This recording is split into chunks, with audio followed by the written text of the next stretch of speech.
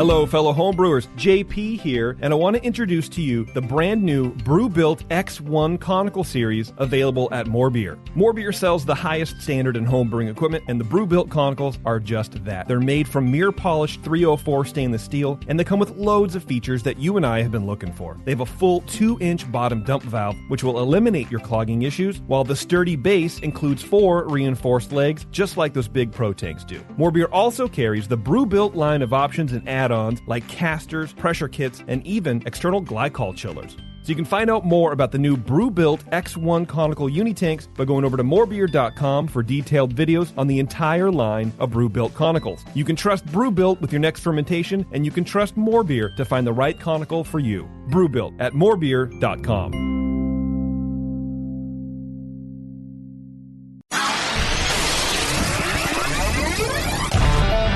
Feels like work. Shooting the shit for 2 hours, drinking beer and talking beer. What a wonderful experience. Can we not have the barf bucket near my mixing board? I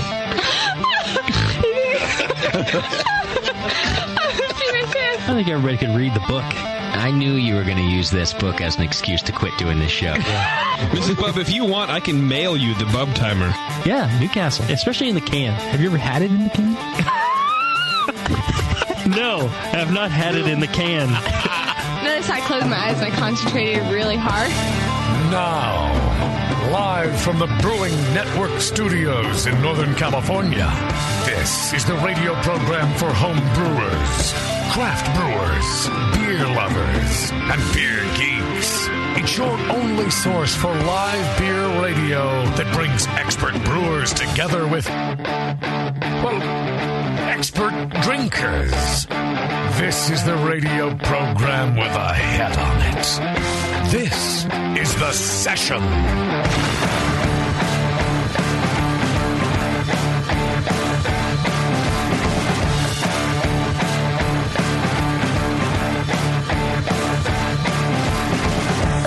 Good day, boys and girls. Welcome to The Session here on the Brewing Network. I'm your host, Justin Crosley. Joining me today as co-host is Sully. Hey, I'm back. Sean Sully O'Sullivan from the 21st Amendment Brewery, of course. Bevo is in her fishbowl cage today, and JP's on his way, apparently. Hi. Yeah, it's good to see you again, Sully. It's been you haven't done a show with us in a little bit. It's been a little bit. I'm excited to be back in the saddle here. I'm excited for today's show, actually. We've got...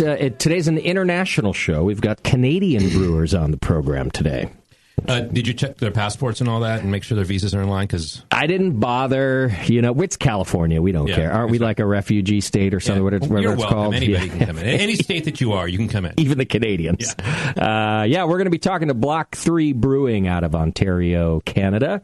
They came down all the way to the U.S. to do the show with us, so that's a lot of fun for us. So we'll be talking to them. Today's show, of course, brought to you by the good folks over at More Beer. Go to morebeer.com, and when you do your purchasing there, because they have everything you need and probably more, make sure you send them a little thank you note for supporting this program, which they've been doing, just like Sully, for like going on 15 years. It's insane. Yeah. I think I paid for this table. Over and over again, probably. Yeah. In fact, this June at the Homebrewers Conference, the Homebrew Con in Nashville, Tennessee, will be our 15th year. Oh my God! As a podcast. Jesus. So, yeah, that's wild to think about. I think that there's probably only a handful of podcasts of any genre that have been around for 15 years because we were like right at the start there. You should just pat yourself on the back right now. I do that. That's my, there's not a ton that I'm proud of, but that's one of them. I think we did your first anniversary maybe at the 2-1A. Yeah, we fit in the mezzanine. Most of it was computer equipment exactly. in order to do a remote broadcast. Because back in the day, you had big cabinets as computers. You just didn't have these small little desktops. You had like a laptop. You had to bring in like this. Yeah. Now everything fits in one case when I go do two to be fair.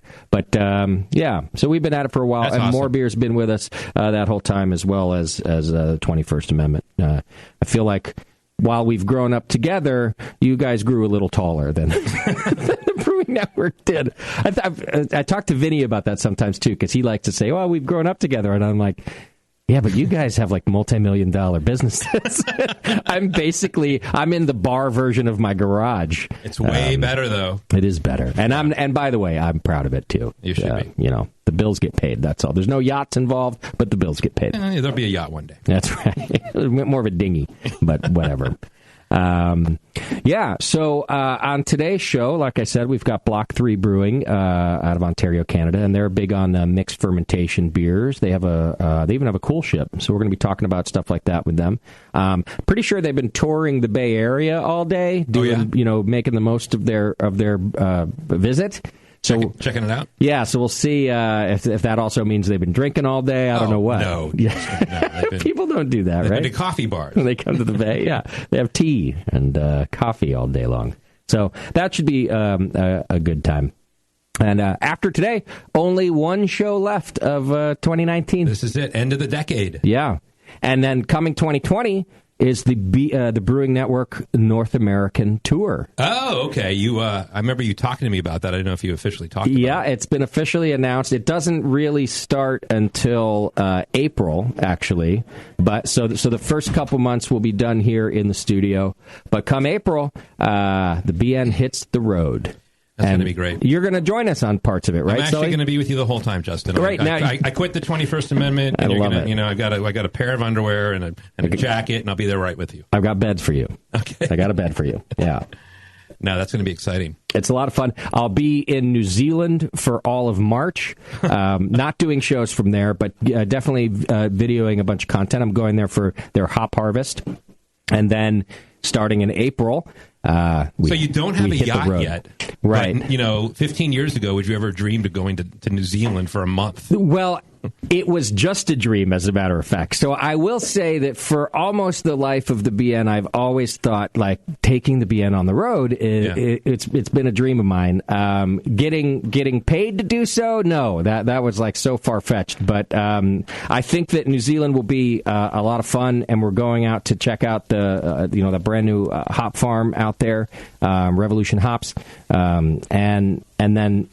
I figure I'm traveling that far. I'm just going to stay there for as long as possible. You're not coming back is what I predict. It's going to be like, that's done. Bevo, you're in charge. If I didn't have the road trip that I'm so excited about, there would be a stronger chance that I just, maybe meet some hot New Zealander and just stay in New Zealand. What would his name be? And I don't even care. Yeah, him, her, whatever. As long as I don't have to work or whatever. Damn, people don't work in New Zealand. Right? It's like people just laid back there, just hang out. Yeah. When volcanoes aren't erupting. Actually, that's true. That's kind of a tragedy that's happened right now. Too soon. I've been watching that, and hearts go out to those folks. See that footage? I did. One was recording from the boat. That was like, and you see those scenes in like movies.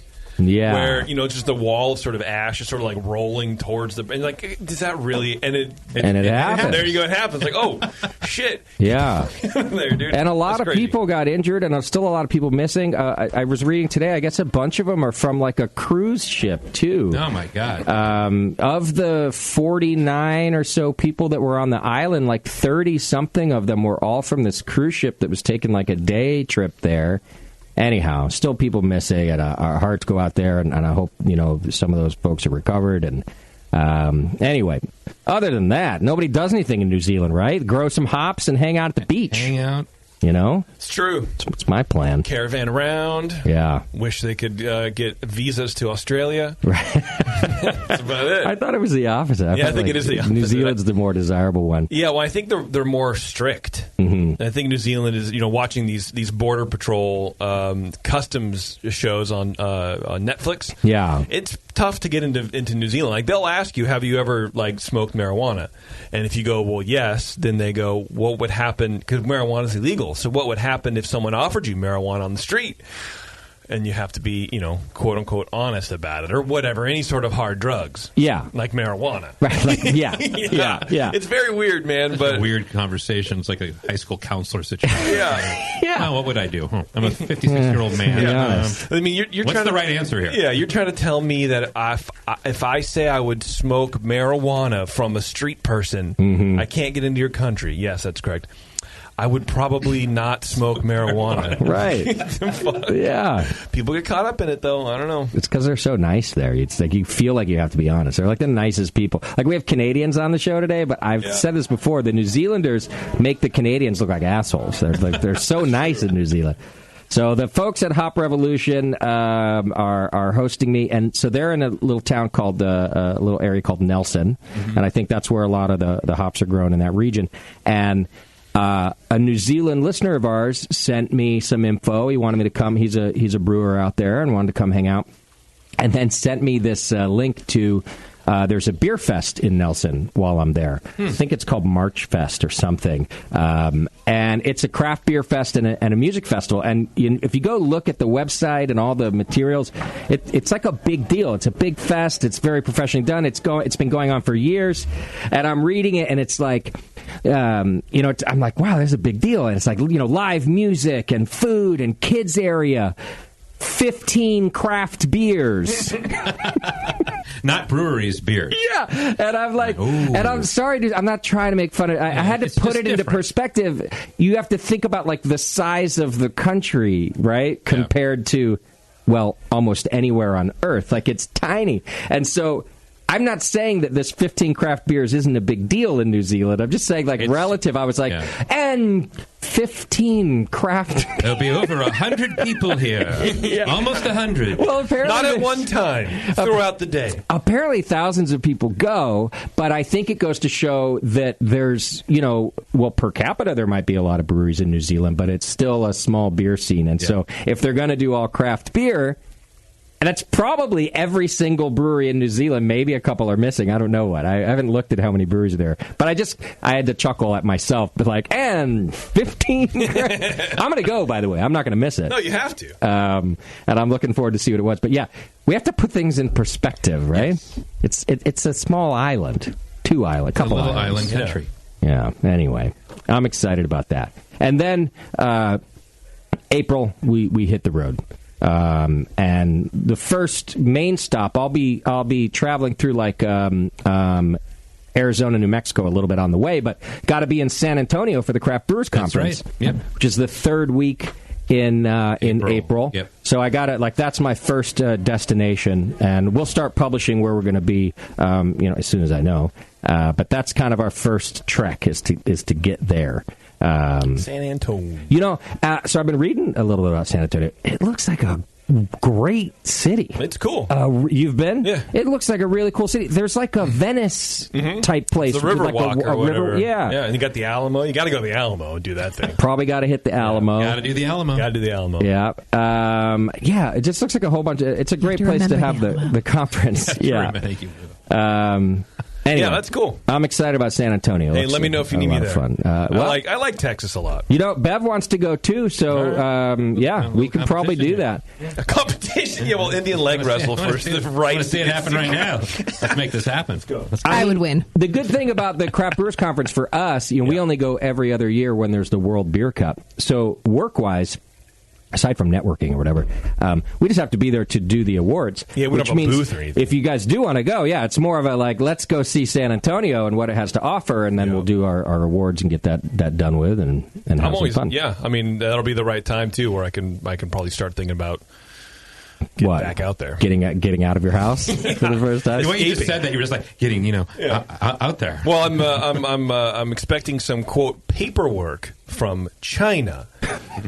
I don't want to say any more about it, but you can start calling me David Schwimmer from now on. Okay. That's my new name. I see. We're not live yet. Taryn's not listening. I mean, you're going to have to eventually have a babysitter or something so that you're allowed to leave the house, right? 100%. Yeah, and we will eventually. Yeah, because up till now, you don't. Has your baby ever been watched by anybody but you? Hell no. How old's your kid now? She'll be 2 in March. In 2 years. She's graduating college. I've never been. When she's 24, I will leave the house. Right. Has she left the house? She's left the house. Okay, yeah, we were at the park yesterday. As a matter of fact, I was playing basketball with 2 children from the neighborhood. Nice. Playing horse. Okay. One of them told me my tattoo was a mistake. It was a mistake. Yeah, he's a little 9-year-old kid. He's just coming up to me. He's like, is that a tattoo? Like, yeah, I think he was like a little autistic or whatever. He said, did it hurt? Yeah. You ever get one removed? And I'm thinking, maybe this kid has. I don't know. And he's like, I'm like, well, I don't know. No, I haven't. But people get them removed from all the time. And I thought, being totally like stereotypical, maybe his dad got tattoos removed. I don't know. Why is he telling me about this, right? Right. And he's like, they only get them removed if people made a mistake, right? I go, yeah. And he just literally stares at my arm, nodding his head, and then looks at me and goes, you made a mistake. Oh, and I'm like, wow. Seriously? Damn, that was aggressive. Yeah. And then love it. And then 5 minutes later, he came up to me and goes, I'm taller than you. Okay. And I'm like, okay, I see where we are in the conversation. Everything is all right. I'm like, you are? He's like, yeah, look at me. And I'm like looking down at him. Yeah. He's just staring up at me. He goes, look like, at the top of his head. Yeah, like, of his right. oblong head. Nice kid, though. Sounds like it. Your first experience out of the house, and look what happened. Yeah, I made friends, man. All right, well, get on that because you'll have to travel to different parts of the country as well. Yeah, and really, it's I'm ready for it. All right, let's get through some announcements. They're brought to you today by Beersmith. You can go to beersmith.com, check out the Beersmith brewing software, and get your free 21-day trial. It's the best software on the market, but luckily, you don't have to take my word for it because of the free 21-day trial. But Brad Smith over there really knows what he's doing. If you've been listening to me say this for years and years and you still haven't done it, trust me, go check it out. Go to beersmith.com, and you won't regret it. All right, just a couple things in the announcements. First of all is to save the date. Our 11th annual Spring Brews Festival is Saturday, March 28th, 2020, right here in Concord, California. And I'm really excited about it. We started sending out our brewery invites today, and it's going to be just a good time. 11 years we've been doing that. And March 28th? Yeah, March 28th. I'm just putting it in my calendar. Attaboy. You'll get your invite later this week as well. Thank you, sir. 11 years we've been doing it. I'm really excited. It's going to be a good time. So save the date. You can travel here for it. It's worth coming to. It's a lot of fun. You get to hang out at the Hop Grenade before and after, and I'm looking forward to it. Awesome. With the holidays upon us, if you want to support the Brewing Network, you can do your Amazon shopping, and I've made it super easy for you. There's a giant posting on the homepage that says Amazon shopping. It's huge. It's really massive. You can go click on that. I even made it banner blocker proof for those of you, because I know that's been a thing where people are like, I can't see I never know where it is, and it's because you have banners blocked out. But I've eliminated all obstacles, so you can just continue to shop as usual, and as an affiliate, it helps us out. So I would love it if you did that for this holiday season. Just go to thebrewingnetwork.com and click it's giant. There's like a person holding a big gift. It's massive. It takes up the whole page. Just click on that. Way to sell it. Yeah. All right. You can also support us by subscribing and joining the BN Army. Just hit the donate button. And for as little as $2 a month, you're entered into the More Beer monthly donation giveaway, which enters you for a chance to win $100 to spend over at More Beer. The more you donate, the more you're entered. And we do that every single month. Just make sure that your email address is current in PayPal so we can let you know if you won. And we love you for having subscribed for so long. Those of you who have been doing it for a while. Really appreciate it. And if more of you do it, it will help us as well. All right. Get updates over on Twitter, Facebook, and Instagram. Send your feedback to feedback@thebrewingnetwork.com. You can send your show ideas there as well, including where you'd like us to go in 2020 when we're on the road. We've been getting a few emails like that, which are fun and exciting, and it's what we want to do is go find unique stories across North America to showcase. So send those ideas to feedback@thebrewingnetwork.com. And I like that they come from actual people who want us to go to these places. And not all of them are from like, hey, this is my brewery and I want you to come over. There are some of those. But others are like, hey, this is a cool brewery in my neighborhood. Yep. And I think they have a cool story or they make some really good beer and I think you guys would like it. And to me, that sort of means a lot. And cool events that we've been getting sent as well. So that's a lot of fun.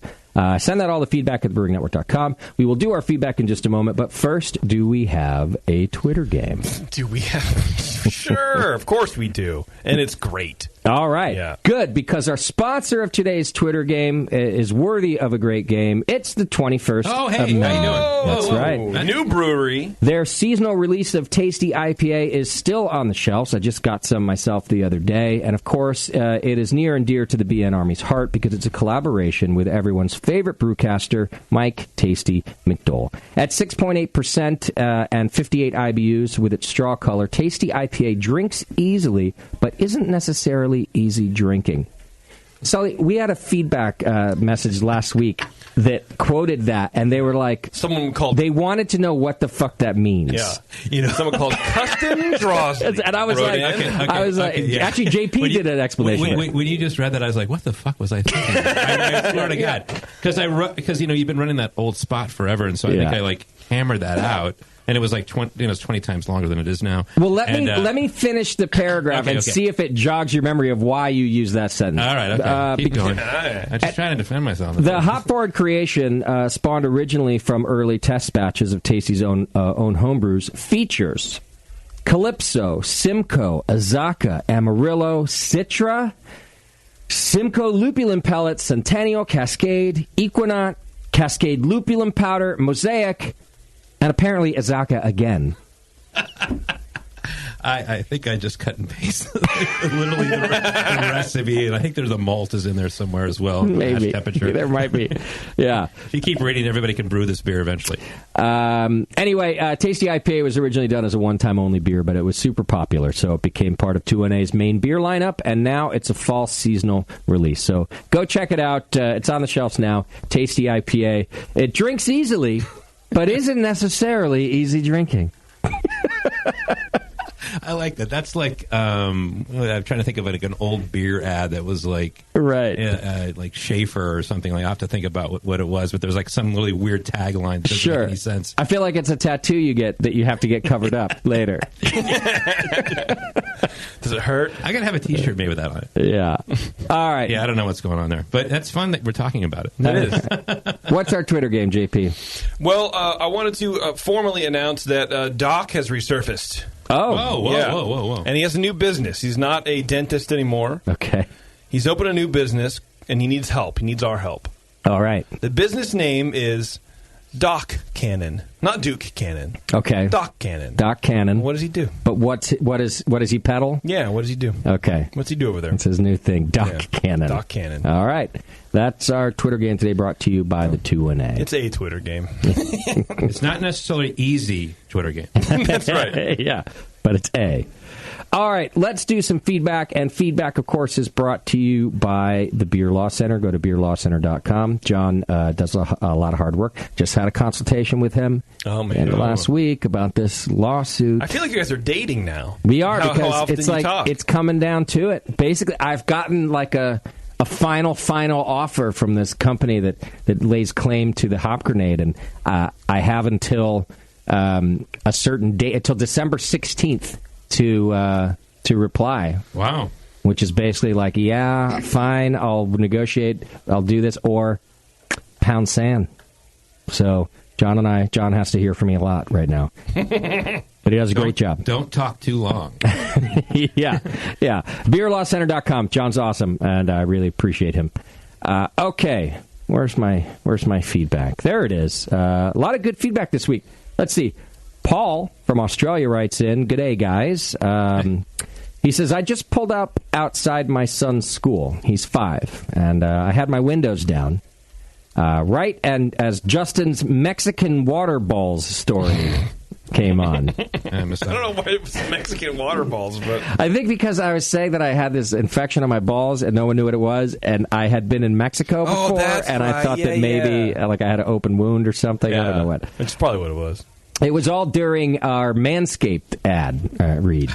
So he says, "I turned my truck off, and a young, yummy mommy," that's his words, not mine, a young, yummy mommy walked past just as Justin said, "I thanked God for the doctor not having to bick my balls," meaning shave my balls, because I had used the Manscaped lawnmower 2.0. He says, "I think that I'm officially off the Christmas card list, but I've never been prouder to be part of the BNA. Cheers, lads. Paul from the Sunshine Coast in Australia. All right, good story, Paul. Although, word to the wise, and we've gotten this before, where people are like, you guys need to watch your language, and we have kids in the car, and I'm always like, I don't know. Don't listen to me with the kids in the car. Don't you have don't you warn them somehow? Like, do you have the little E thing? There is, every podcast says explicit on there. Yeah. And, all right.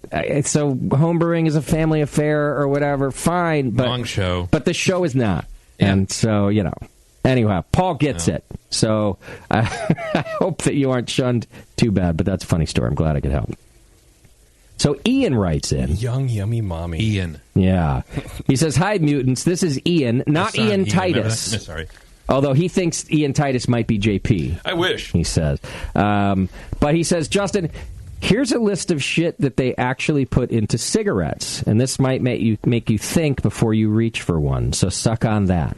And I think this is coming up because JP and I had decided last week that we were going to start a foundation that would allow us to do all the bad things. Instead of putting all the research into how to cure us from the bad things that we do, let's start a foundation that makes us immune to all the bad things that we do. Yeah, or pulls the bad stuff out. So I guess he wanted, and I was like, smoking is fantastic, and it would be great if we could just do it and not die. Yeah. So he wants to give me reasons not to smoke, which I will read. However, I'll be reading them for others because, as I also mentioned, I haven't smoked since like April or some shit. That's awesome. So, yeah, Sully was on my ass for a while, too. Oh, yeah. It's been a while. I haven't smoked since like April. But literally on your ass. Doesn't make me dislike the joy of smoking cigarettes, which is why we want to start. That's why it's an addiction. Our foundation. Yep. What was it called again? Like No Sin something? Sin Foundation or some sin removal department or something like that. Some bullshit. Yeah. Anyway, here you go. Here's a little rundown of the more than 4,000 chemicals in each cigarette. As if you didn't know. I know. Like, who doesn't know these? And this is the thing about things that are bad for you. Mm-hmm. I don't think there's really anybody who doesn't know the things that are bad for you. We just do them anyway because we're dumb humans. Yeah. This is what we do. Ammonia, arsenic, cadmium, formaldehyde, acetone, butane, propylene glycol. Hey. I love it. Turpentine, benzene, lead, and nickel. How do they get turpentine into? I mean, it's just a splash, though. It's just what I want. A lot. It's just a splash. It says in his description, it said this one adds flavor to menthol cigarettes, which in my most recent bout of smoking, they were menthol cigarettes. You like those menthols? I remember that. Yeah, they were nice. Menthols are pretty good. They're nice. Slims. I will admit that I think menthols are probably responsible for me starting again because I had after I'd quit for like 13 years or whatever, I would occasionally like take a drag off of a friend's like while we were camping. And if they were regular, they just tasted awful. Like it was the worst thing. Yeah. And then someone gave me a menthol once in the same like sort of thing. I was camping and I was like, oh, well, that's not so bad. Well, you should really just start vaping. Is what you should do. No, that's big a whole puffy other clouds, dude. Were you a clove guy at all? Ever? I was, yeah. I did that too. Yeah. It's like sort of the gateway to cigarette smoking. Yeah, I've weaved in and out of that scene. Anyway, all right, Ian. Hey, thanks for writing in, but I'm off the smokes, for now. Good job. Thanks, man. I mean, whatever. I didn't quit because I didn't love it. I fucking love smoking. It's so great, but Well, you gotta, I needed one less vice. You gotta do what you gotta do. Yeah, you'll be fine. All right, so this one is from Andrew, who wrote in last week about his temperature control issues and wanted advice on what he could do, what kind of beers he could make without any fermentation temperature control. So he writes in, hello, everyone. Thanks for taking the time to share my feedback. To give some more context, though, my issues around temp control are more space-oriented than desire. Finding the room for a fridge is near impossible, unfortunately. But I do like the idea that JP gave, by the way, of a towel in a tray and wicking the moisture up over the fermenter. That's right. He says, I'm using a Fermentosaurus and plan to check that out. So thanks heaps. I'm gonna MacGyver that shit. All right. And also, the other suggestion was to brew with some Kvike, because that's like all the rage. And he says this weekend is going to be Kvike shopping. All right. So good luck. Hope you find one that fits, man. Keith writes in, this is about our road trip. I listened to the Buffalo Creek show and the feedback segment that people emailed in with suggestions for your 2020 cross-country trip. 2 suggestions were for events in Wisconsin and Illinois around August, which happens to be a great homebrewing event in Michigan right around the same time. The Michigan Homebrewer Festival. It's the 3rd week in August. It's at an old Boy Scout camp. So I should bring Sam. Sam has a weird thing he wears Boy Scout uniforms. What's going on with that family? He's a strange guy. So Sam will have to join if I go to this and wear his Boy Scout outfit. Yeah. Anyway, homebrew clubs from all over the state show up for a 3-day camping event. That's a lot of homebrew camping, by the way. That's a long time, yeah. Starts on a Thursday, ends on a Sunday. Oh. Wow, that was painful. That's a 4-day. Come on, Thursday through Sunday? He said it's basically a beer festival with nothing but homebrew. Clubs set up booths and various themes, etc. There's a whole bunch of other stuff happening. Yeah, we have this similar thing here in NorCal. I always used to like to go. I haven't been in a while, so... he said it's also part of the Michigan Beer Cup, which is the largest homebrew competition in the state. And the winners are announced on Saturday, which means Saturday's probably a party. Yeah, Saturday, it's a fucking shit show. I'll go Friday, Saturday, to do the 2-day thing.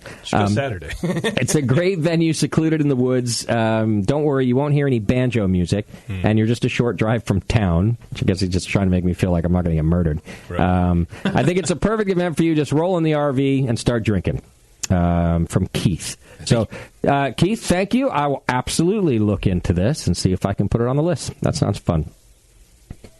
Phil from Suffolk, England. Phil writes in, hi, Brewcasters. Season's greetings from England. I've been a long-time listener from way back when, but most recently got back into the session. I haven't brewed in a while.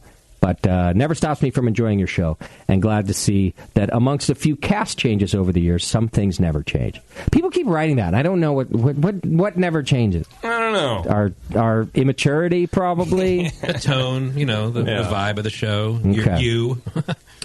He goes on to say, you guys really know how to make me feel great about myself. I know that no matter how shitty my day can get, at least I didn't actually shit on anyone today. I think maybe that's what he's talking about, how we're just big messes. Well, who shit on... You literally pooped on someone. The story you told about running over the blanket or whatever. Okay, but I was also like 8. Yeah. I read that today. I was like, who shit on somebody? Yeah. Oh, me. That makes sense. You shit yourself, too, so there's that, maybe. I think you're talking about Roger.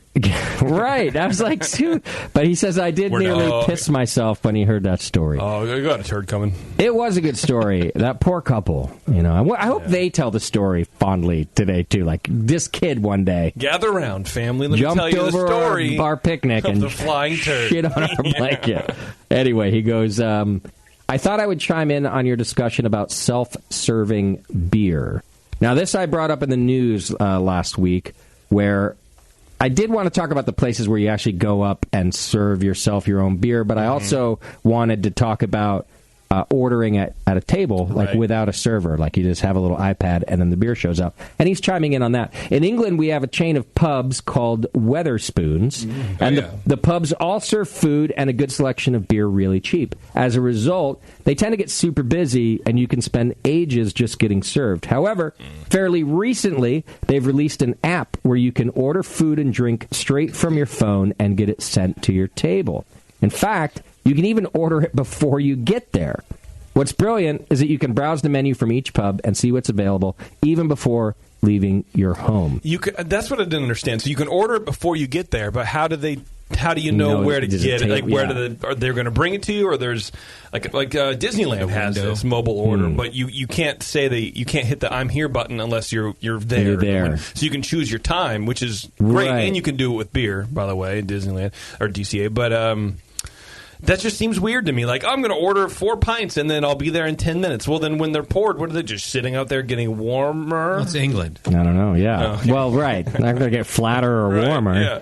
I'm kidding, England. I don't know, but I'd be willing to try it out. I want to find out why. I think that's a great idea. And I do, I do kind of like the idea of just ordering off your iPad at the table or whatever, and then the beer arrives. So you don't want to talk to anybody is what you're saying. Well, I don't want to wait too long for my next beer, and I think as all right, as costs rise and my thirst rises with it, I don't know. I just think it's an interesting concept. So I had put it out there for some feedback. So I'm glad he wrote in. And then anyway, he finally convinced his wife and the kids to take a road trip here in California next May. So he's going to start in San Francisco, make the way down to San Diego over the course of 10 days.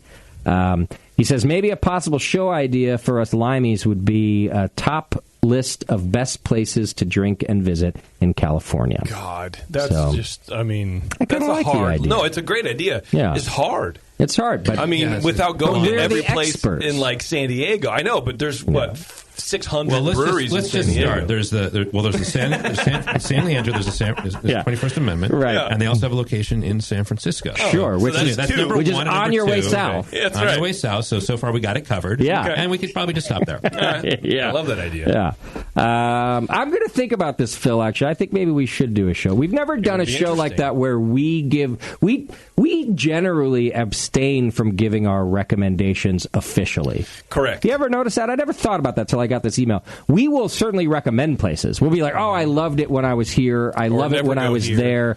But we have never really organized an official, all right, in 2019, this is our top 10. Right. We don't do that, and we probably, should. People listen, you might alienate people. You might, why am I not on that list? Right. And then I have to have a conversation with you about sponsorship. Which is only partially why I've avoided it. I think we don't think that way in general here. We're just like, we'll talk about what we like in the moment. We'll talk to Canadians. And then the moment goes away next week anyway. Yeah. Right. So we don't feel the need to make it super official. I guess I've thought about alienating people in the past, but I don't know, the top 10 list is the thing. It's been the thing for years now. Everyone likes to click on the top 10 whatevers. And I will say, actually, when I read about top craft beer bars in the U.S. that publications that I respect put out, I have the exact same reaction you just mentioned, Sully. I'm like, well, why the fuck is the Hop Grenade not on that? Are you kidding? We have a killer bar, and why has that never happened? And I tend to think that they're bullshit, they're biased for whatever reason. So maybe I've avoided it for that too. I don't like this top 10 or top 100 list. I agree with you. They do have a lot of clicky things, but it's because have you been everywhere? Unless you've been everywhere, right? You cannot weigh in on this topic because you have no idea. Maybe you've been to 5 places in San Diego. Who are we to say that the 6th place we didn't go to is the best? We're just saying this is the best that we visited or whatever. Well, so we maybe just have to frame ours that way. Yeah. We just would say that the best that we've visited. Yeah. And that's easy, by the way, to do in a write-up. You just go, by the way, we haven't been everywhere. Right. Kind of like when I was just reading the other day, I wanted to know what the best books of 2019 were, according to the New York Times book reviewers. Yeah. I put a lot of weight in them. They've always recommended good books for me, and they put a pretty decent disclaimer up there. They were like, these were of the ones that we read, and of the ones that we reviewed in the New York Times. Not that we read and didn't review in the New York Times. In other words, they did a great job of just saying, this isn't everything. It's just what was within our parameters. Yeah. We could do that. We could definitely do that. I guess the problem I have is with, we say, these magazines. Top 10 ever. Top 10, top 100 beers in the country. Fuck out of here. Yeah. You feel strongly about this. I really do. I hate it. All right, Phil from Suffolk. Suffolk? I'll work on that. It might happen. Eastern England. Noah writes in, suggestion for a 2020 trip. He wants me to stop at August Shell Brewing in New Ulm, Minnesota. You got to go. I've had their beer when we were in Minnesota for the Homebrewers Conference, but I didn't go to their brewery. He said it was one of my favorite interviews, and Justin, you missed it. Great lagers and sours, and JP killed the interview. I did. I killed Jace. R.I.P. to a realist one. He says, I think you would like to see the lagering caves and the almost 100-year-old cypress wood tanks that they're making Berliner Weiss from. And it's just a few hours from Madison, Wisconsin, when you hit up the great taste of the Midwest. Yeah, I definitely want to go to that place. It sounded amazing. It just sounds great. And the beers were phenomenal. Yeah. All right. The Hoppy Honky Right. You know what? I was going to put his real name, but he signed it that way, so he just left it at that. That's what it is, man. He says, I just finished the Buffalo Creek episode, and I really like your guys' idea of the Sin Foundation. There we Is that what it was? Sure. Where we were just trying to make us immune to all of our sins. Yeah. He says, this sounds like something I could really get behind. Of course it does. Who doesn't love this idea? Right. However, I think you might be going about it all wrong. Probably. I think instead of taking the fun parts out of the sin or the harmful item out, by the way, I'm not trying to take the fun parts out. That's the point of the Sin Foundation. You get to still do it. We get to do it, but we don't die from it. No retribution. Well, he says, instead of taking the fun parts or the harmful item out, I think you should focus on improving the human body to be better equipped to fight them. Right. And he gives examples. Okay, good. So mark these down. All right, hold on. Let me take my notes. When we write our business plan. Right. He says, for smokers, you could add a cancer filter to your windpipe. And for the added convenience, you could add an easy access door on the side of your neck so that you can just switch out your cancer filter. Okay. Yeah, It's not a bad idea. Biohack the world, dude. I like this. Yeah. For beer, you could do a similar process with a liver filter. Sure. I think he's onto something here. He's on something. This is the type of cutting-edge research I'm looking for in the Sin Foundation. He should be on the board. I think Hoppy Honky just earned himself a Happy place. Honky, what are your ideas on this thing? Yeah. He does think that when we get to the STD section, we might need to bring in Dr. Wang as our spokesperson. Yes. Dr. Wang, you'll remember, was my doctor. That's right. When I went in with my ball infection. Well, I don't know. Was Dr. Wang a good representative of the genitalia area? He was certainly very concerned about my balls. Spent a long time down there. And forced me to go to the ER because of it. But had I stuck to my gut feeling, it was exactly what I thought, which was more basically like nothing. Your nut it was a pimple. I could have waited. Yeah. I could have waited the 2 days, gone to a regular doctor. So, would Dr. Wang be on the board? No, Dr. Wang's out. He's cut. We cut Wang. Right. Also, he didn't give me any recommendations of how to immunize my balls from future, fun. Flare-up. Right. All right. Yeah. All right. Katie writes in, and she's from Arkansas. And she says, I just heard that the show's going to be on the road, and I wanted to extend an invite to Justin to visit us in Bentonville, Arkansas. Bentonville. I've been a listener of the show since the podcast was recommended to me by a customer, and my husband and I own a brewery with a friend here, and I think we have a pretty good story. And she says, of course I think that. Because I am asking for, give me something interesting. Right. I want to go there and just be talk about your pale ale. Which I can do, but nobody gives a shit. Yeah. But she says, 5 years ago, my husband and I moved here from Fort Collins, which we have a hop grenade, of course. It's closing at the end of December, by the way. Go party with us. We have I've moved here from Fort Collins. Slide that right in there. To open up Bentonville Brewing Company with a family friend. We formerly owned and operated looks like a marijuana dispensary. I think that's what that means. Yeah. In Arkansas? No, I think in probably Fort Collins. Or Colorado. And when that didn't work out, how did that not work out? We moved to Bentonville, home of Walmart, she says, to open a brewery in a county that was dry less than 3 years ago. Yeah, actually, the only time I've been to Arkansas, I was in a dry county. Ugh. I went rafting down some river, and my friends who were from Missouri, they were like, we got to bring all the beer because it's a dry county.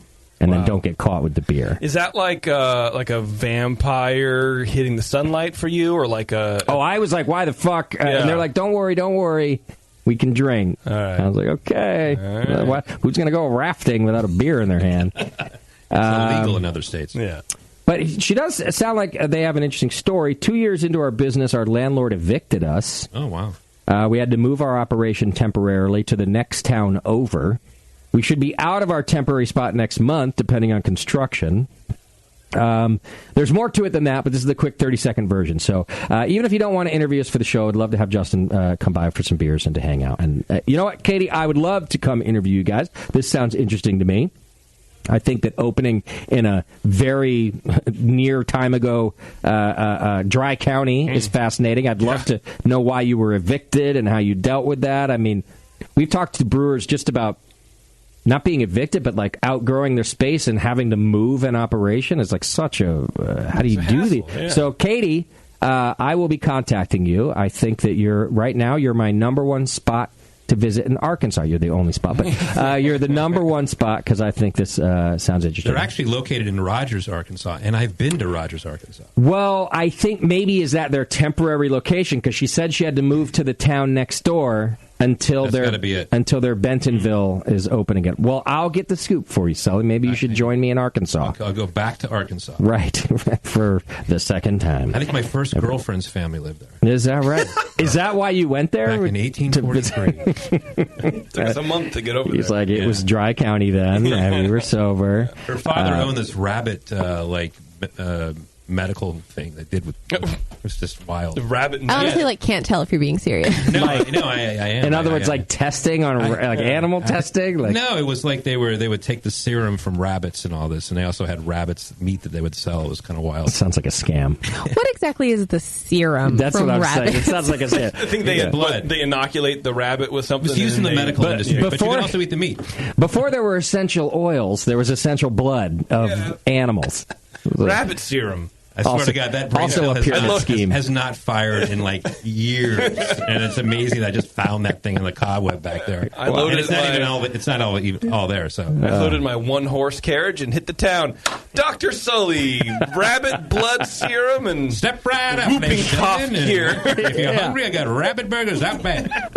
Now I know why you want to go on the road with me. You're going to peddle your weird wares. Rogers, Arkansas. Sully the snake oil salesman. That's right, baby.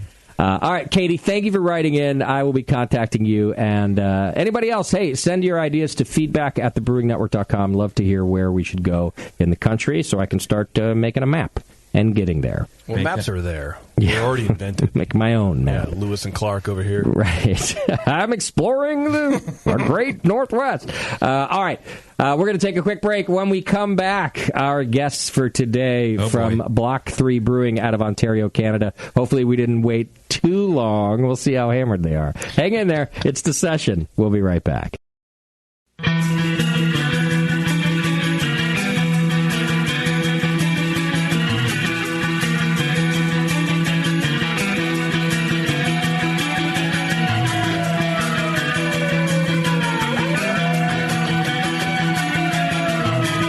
Tuned into this session because life's too short to listen to crappy radio.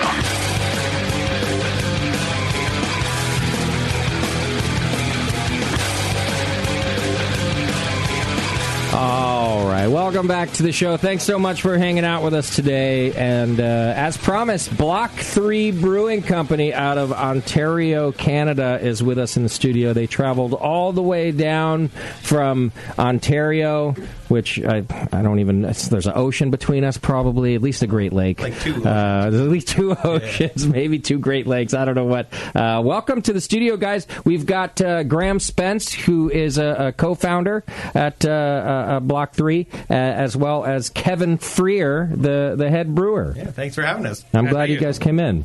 So y'all wrote to us, which I thought was very cool, and let us know about you. And I always like it when folks like you are like, I know we're far away, but we will come into the studio and do a show. And that means a lot to me because it just makes it so much more fun. We kind of called your bluff, and then you kind of called our bluff. Yeah. I was like, all right, you're going to make it. You're like, shit, how many miles do we have on the credit card, guys? Can we get there or what? Hey, my wife thinks I'm on a brewing conference here right now. So is that what it is? Yeah. So I shouldn't send out the links to how to listen to the show? Whatever. We can figure this out. We're talking. It's a conference. It's a conference, yeah. I mean, we've got another professional brewer in the studio with Sully. So, all right. Do me a favor, though, Graham. Get that microphone real close to you because I want to hear the story and make sure everybody can hear you guys. All right. There we go. So that's nice. So where in Ontario are you guys exactly? It's kind of a small town, right? That you're at? Yeah, we're in St. Jacob, so Kitchener-Waterloo area. Okay. And how long have you been open? 6 years. Really? Were you a pro brewer before anybody, or did you have another life as another career? I'm an accountant by trade. Okay. I'm just a connoisseur. Got it. And I have literally only brewed beer for a living. Oh, really? Yeah, I've been doing this for like 10 years now. How old are you, can I ask? I'm 32. They're okay, little baby. This is a baby seller. He does look young. I don't look a day past 29. So, in other words, like what, you were at university, and then your first like real job was a brewing job, or what? I was a musician. Oh, there it is. Yeah, okay. yeah. And then it turns out you don't make a living playing jazz. No, I tried to do the same thing. Didn't happen. In fact, the very microphone that you're on, we're all like, when I was in a band, I was like, well, I'm just going to take this equipment and build a studio and try to make a living that way. So I hear you on that. Yeah, so, I mean, the brewery's been around for 6 years, which in Ontario is a long time. Okay. The beer scene is kind of coming up there.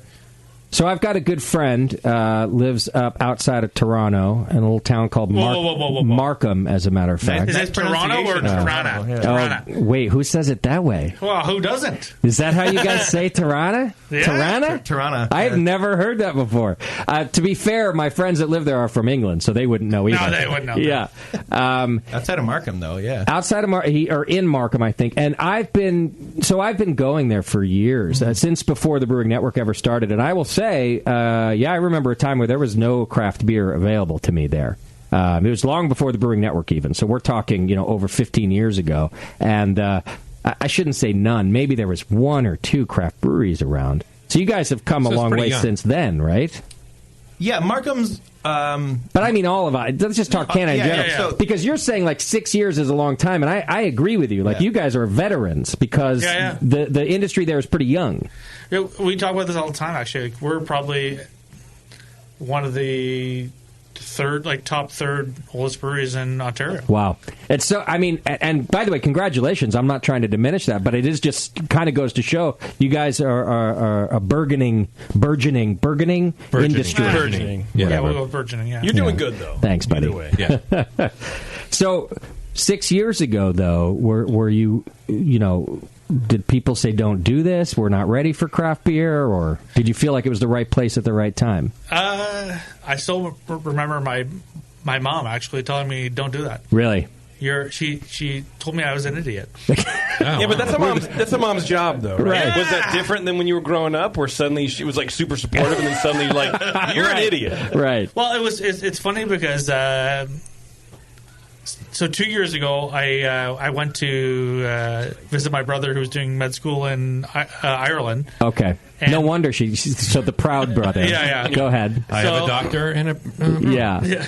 So my dad actually, we went out to a bar, and my dad actually sat me down and said, I apologize. Oh. Okay. You were right. Only 2 years ago. Yeah. It was some time. 4 years into this thing. Yeah. It was crazy. And I was like... Well, that's nice, though. That's nice of him. That felt good. But he didn't have to do that. They could have just been like, well, we'll see. Was that like the first conversation you had? You still suck. Yeah. Your brother saved 10 people last month. Yeah. What have you done? Nothing. Yeah. But it's sort of full circle, like they get them, drunk. They get them they get customers to turn into alcoholics. They have liver problems. Oh, go see the owner's brother. Family business. Take care of you. Yeah, the family biz. Preach. Yeah. Were your parents investors? No, because they said fuck that. Yeah. We don't know what he's doing. They're like, oh, Jesus Christ. How many owners are there? There was originally 4 of us. Okay. The other one's not living anymore.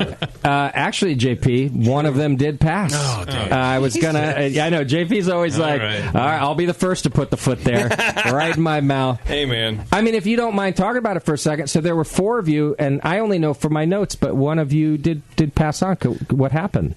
Can we say? Yeah, it was a fluke. Really? A car accident, I think. So. Oh, damn. Your age also? Or? He was a little younger than me. Younger than us. I'm so sorry to hear that. Yeah, how long ago was that? 2.5 years. Okay. Well, I'm really sorry to hear that. Yeah, no, it's not great, but... Well, so then the remaining 3, I mean...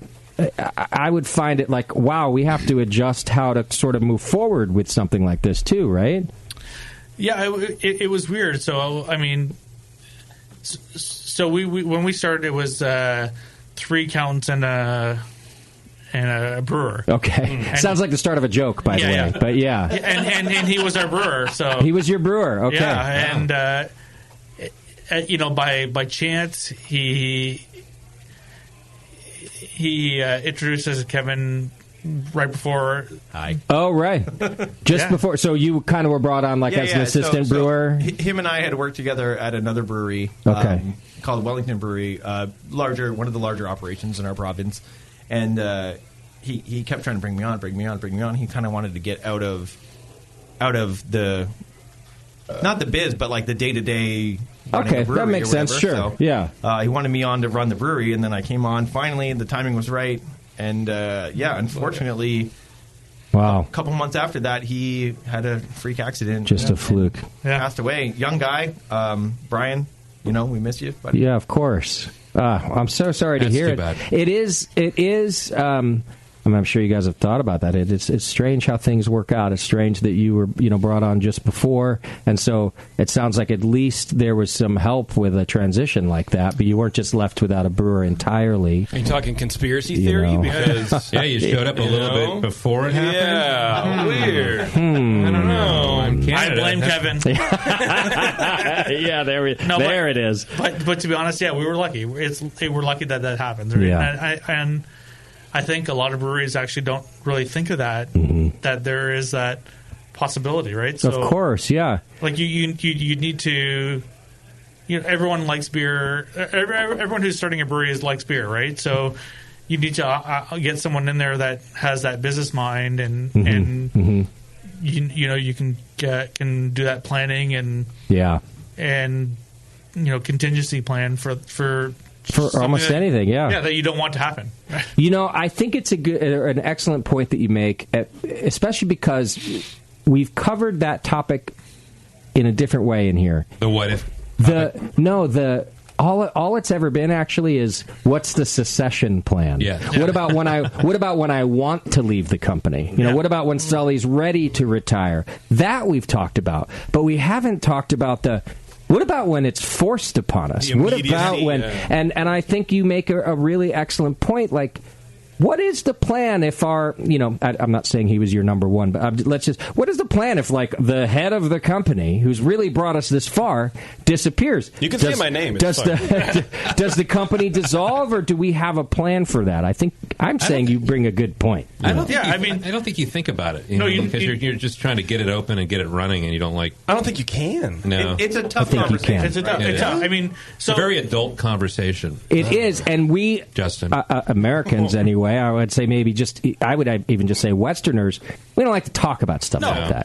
It's uncomfortable. But I don't think it's a bad idea. I think it's a fantastic idea. So actually, I pitched that same conversation to the Ontario Craft Brewers to put out as a topic for one of our conferences. Yeah, and they're just they won't do it. It's totally harshing my buzz. It's hard. Yeah. I think it's important not to just look at things as morbid, and instead look at them as, wait, are we all going to pretend that shit doesn't happen? We're all going to just go on pretending this stuff doesn't happen, or we can get together and maybe have some ideas. Yeah, I think to be honest, I think every business should have that kind of conversation. Yeah. Well, you should have things like key man insurance. So if one of the partners dies, you can you could pay somebody to maybe come into the organization, or maybe you have to buy them out so that you're not doing business with their spouse or something. Sure. Yeah. Those are that's some planning. Yeah. What's the size of your life insurance policy, Sally? It's big. It's huge. Yeah. Your son's going to do very well. Ryan's like, Dad, it's 7 o'clock. You passing away anytime soon? Dad, it's raining. We live on a windy street. Why don't you take a drive? Just take a drive. Airbags are off. I'll drive. It's fine. Yeah. There's lots of hills in this area. Right. Yeah. All right. Well, I appreciate you being forthcoming about that and open about it. And I think, you know what? I think people should take your advice and actually maybe put that discussion on the table about what's going to happen. I can finish the conversation here. Yeah. We'll all. It's just nothing will happen. Everybody's bankrupt. And that's basically, yeah. You'll be saddled with my debt. Yeah. Does it transfer? That's what will happen. No, because I've kept you out from it being transferred. Don't worry. That's me protecting you. Thanks, Daddy. Yeah. Thanks, Daddy.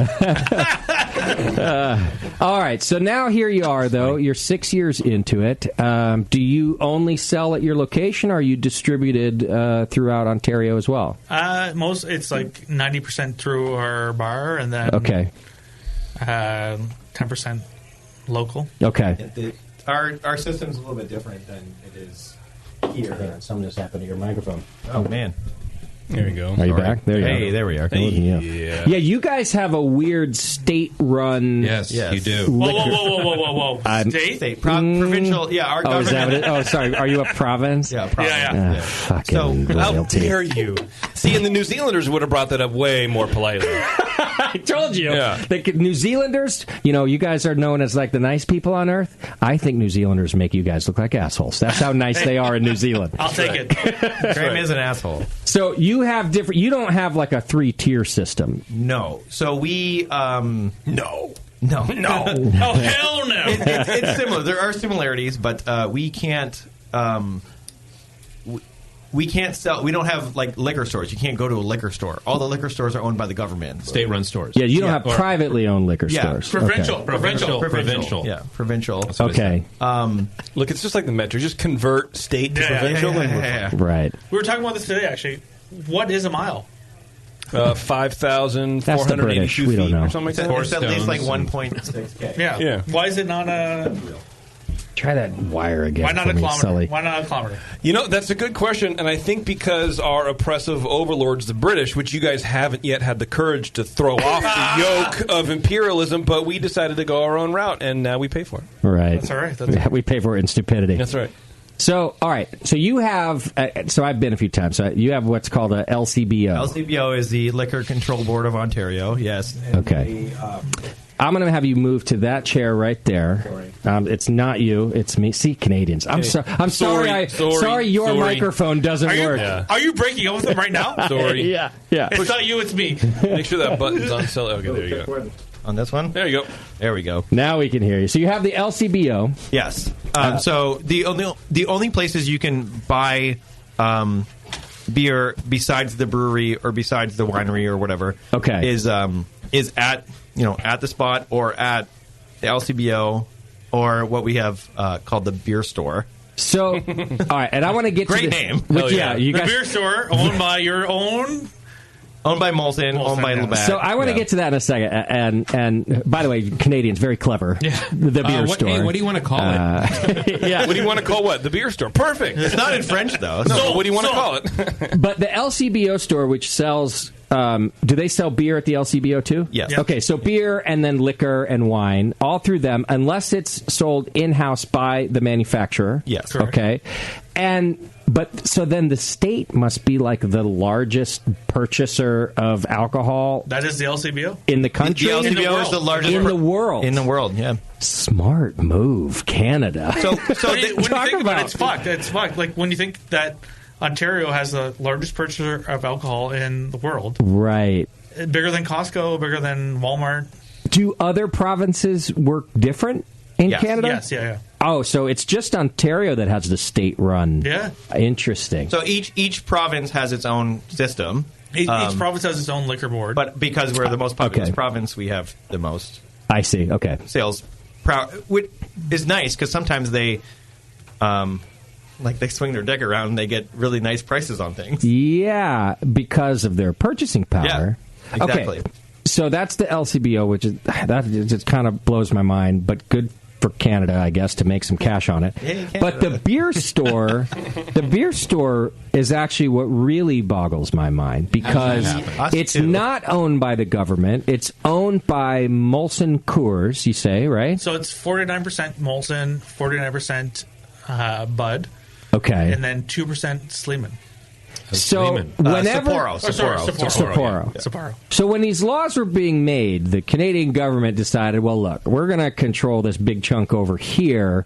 But somebody or multiple somebodies clearly lobbied enough to say, well, you better give us a piece too, or else. I mean, I'm just trying to figure how this went down. It's crazy because in the beer store world, they're the only ones that can sell 2-4s. What's that? A case of beer. Got it. So okay. if you want to buy a case of beer, the only place you can get it is at the beer store. See, we call them in America 24. We don't say 2-4. We say flats sometimes. You can buy a flat. Sorry, my bad. Yeah, you're fine. Saying. You're fine. So, all right. So it's the only place you can do that. So the only place you can buy what's that? Just like a volume discount to get a 24 pack. Yeah. So there's different laws actually in place for the beer store versus the LCBO, which is government run. It's crazy. But I mean, I'm not far off. Maybe nobody knows the real story, but obviously it was done by a lobby, right? Like, otherwise, why would the government even give it up? Allow that to happen. Yeah, they were just like the big breweries pulled their might, and they were like, well, listen, if you want to get access to our beer, you're going to cut us in on this deal. Yeah, to be honest, I think the beer store started as a collective, probably pre-prohibition. It was a way for the breweries to cut costs and get distribution out for everyone. And then as consolidation happened, it became what it is, and now it's owned by two breweries. So how then? Let's get to like obviously a very relative important topic. How then does that affect small breweries in Canada? Because yes, you can sell your beer at the state-run store, the LCBO, and it seems like there's not a lot of conflict of interest there. But the beer store, there's like conflict of interest. So, in other words, is it hard for craft breweries to get distribution in Canada like that? Yeah, I mean, it's crazy when we come down to the States here, and you see, seeing a craft beer available at the airport is mind-blowing to me. Okay. Still not. So I'm just going to have Molson at Toronto Airport. Oh, it's crazy. Like you go anywhere in Ontario and you're not getting a craft beer. What about in the stores? Are you able to get your beers into the LCBOs and into the beer store? Okay, so the beer store, you have to pay to list. Is that right? Yeah. It's like Amazon. You get your 7 for free or whatever, your 7 closest for free. You have to pay to list there. So I'm paying... What do you mean? I'm paying Molson and Labatt to list my beer. To list... What does it mean to list? To sell your beer. To sell it. Yeah. How much... What are you paying? Is this a sliding scale? Is this a per barrel? Is this... What do you pay? It's per SKU. Okay. So if you have a 6-pack versus a single bottle versus a... single can. So are you saying you get 7 SKUs on the house? Is that what you were your saying? 7 closest stores. 7 stores. Yeah. Oh, your 7 closest stores you get for free. Yeah. But anything outside of that, you're paying them per SKU. Well, that seems reasonable. I don't know what you guys are talking about. I mean, that's a decent... why wouldn't you pay your competitor? That's right. Yeah. I'm sorry, I didn't realize we were interviewing a brewery from Russia. This sounds like the weirdest fucking communist thing I've ever heard of. Let's get the circle out. And so what this means is that you don't buy craft beer at the beer store. You buy craft beer at the LCBO. Because they don't charge you. They don't charge you. It's free. It's government run. But they have their own sort of listing process. Do they have to let you in at the LCBO if you're a Canadian? They don't. No. Okay. Yeah. So how do they decide? Put it this way. But we can mail you beer. Put it this way. I was applying for a summer seasonal yesterday. Okay. Because somebody was drinking and said, I don't really like the hop aroma in this? Or how does that work? Well, you're saying the process takes that long. Yeah. You're applying for your summer seasonal now. Yeah. Okay. It's fucked. But you were denied. Why? No, I don't know if we're denied. Oh, I thought you said you were... He's just saying this is how long the process is. I'll get back to you in 6 months. Okay. Wow. But can they deny you? They let you in? They can deny you. So what's the basis of the decision? I mean, that's a really good question. I think there's like hop overlords that are overlooking the beer there, and they're like, wow. No. So it's like a no beer for Safeway you. or a large retailer here in the United States where you have a private, and there's a beer buyer who's making decisions on what to buy. Yeah. But it's crazy because it's a government monopoly. Right. Yeah. Does Canada want to borrow the Declaration of Independence? Steal it. It was a really good document. It seems it Are you worked. talking about the 21st Amendment? Yeah. Here we go. Nice plug. I'll take that too. What about getting your beer into bars? Who distributes to bars? So we don't have to. We can sell directly to a bar. You can. Like if you guys as the Hop Grenade want to order a beer from us, we can. I can just walk it over to you. I think you're looking at the worst sales rep in the history of beer. And Okay, it is me. I see. Because you don't do this yet, is what you're saying. No, we do. We do that. Okay. But I suck at it. But I guess what I'm asking is, who? If you don't do it yourself, though, there's got to be an entity that distributes beer to bars. It's this guy. So, but is there? We don't have distributors. You don't have distributors. No. So if I were to go to any bar in Ontario and find something other than Molson, Coors, Budweiser, it's because the craft brewery delivered it there themselves. Correct. Absolutely. Yeah. Interesting. Yeah. Wow. I love these shows when it's like another country or something like that, and it's like, what is going on there? I know, especially when it's a country that we consider to be very modern, and turns out sounding like it's the third world. Yeah. Right. Also, when they flush their toilets, it goes counterclockwise. Is that in Canada? Yeah. I thought so. Or that far north. Because live on a horse. Okay, in California, it was a big deal that brewers are allowed to self-distribute like that. But at the same time, it's a big advantage to growth that they also have other opportunities to distribute like that. I can't imagine that you guys can plan for some real growth across Ontario unless you hire a massive team of people to distribute this beer every day. Valid. Valid. So it's a big province. Yeah. It's a very big province. Canada's a very big country. Yeah. Most people don't distribute outside of their province. Okay. The entire population of California is in, the entire population of Canada is in California. Okay. Right. Yeah. Today. Right. Today. We're all here. We're here, fam. Which means that, like, per capita, you guys have a lot of breweries. But it's because you're spread out and the population's lower. So most people don't distribute outside of their province. Okay. There's a few bigger places that do that, but for the most part, we just kind of keep it local. Keep it local. Like, I mean, it's like wow, 24-hour drive to go to the next province. Right. But we just we don't go bigger because we don't have to spread out that much. So you work with the system you're given, I guess, is what I'm trying to get at. Well, and that makes sense, and I understand that. I guess I'd just, and forgive me for doing so, but just pointing out some of the ways it also holds you back, and that's just from knowing the brewers I know here. Yeah, you would. I mean, how do you scale if you want to build a 100-barrel, 165,000 square foot brewery? How do you do that? You don't, right? I think you don't. Yeah, I think it's tough. It's wow.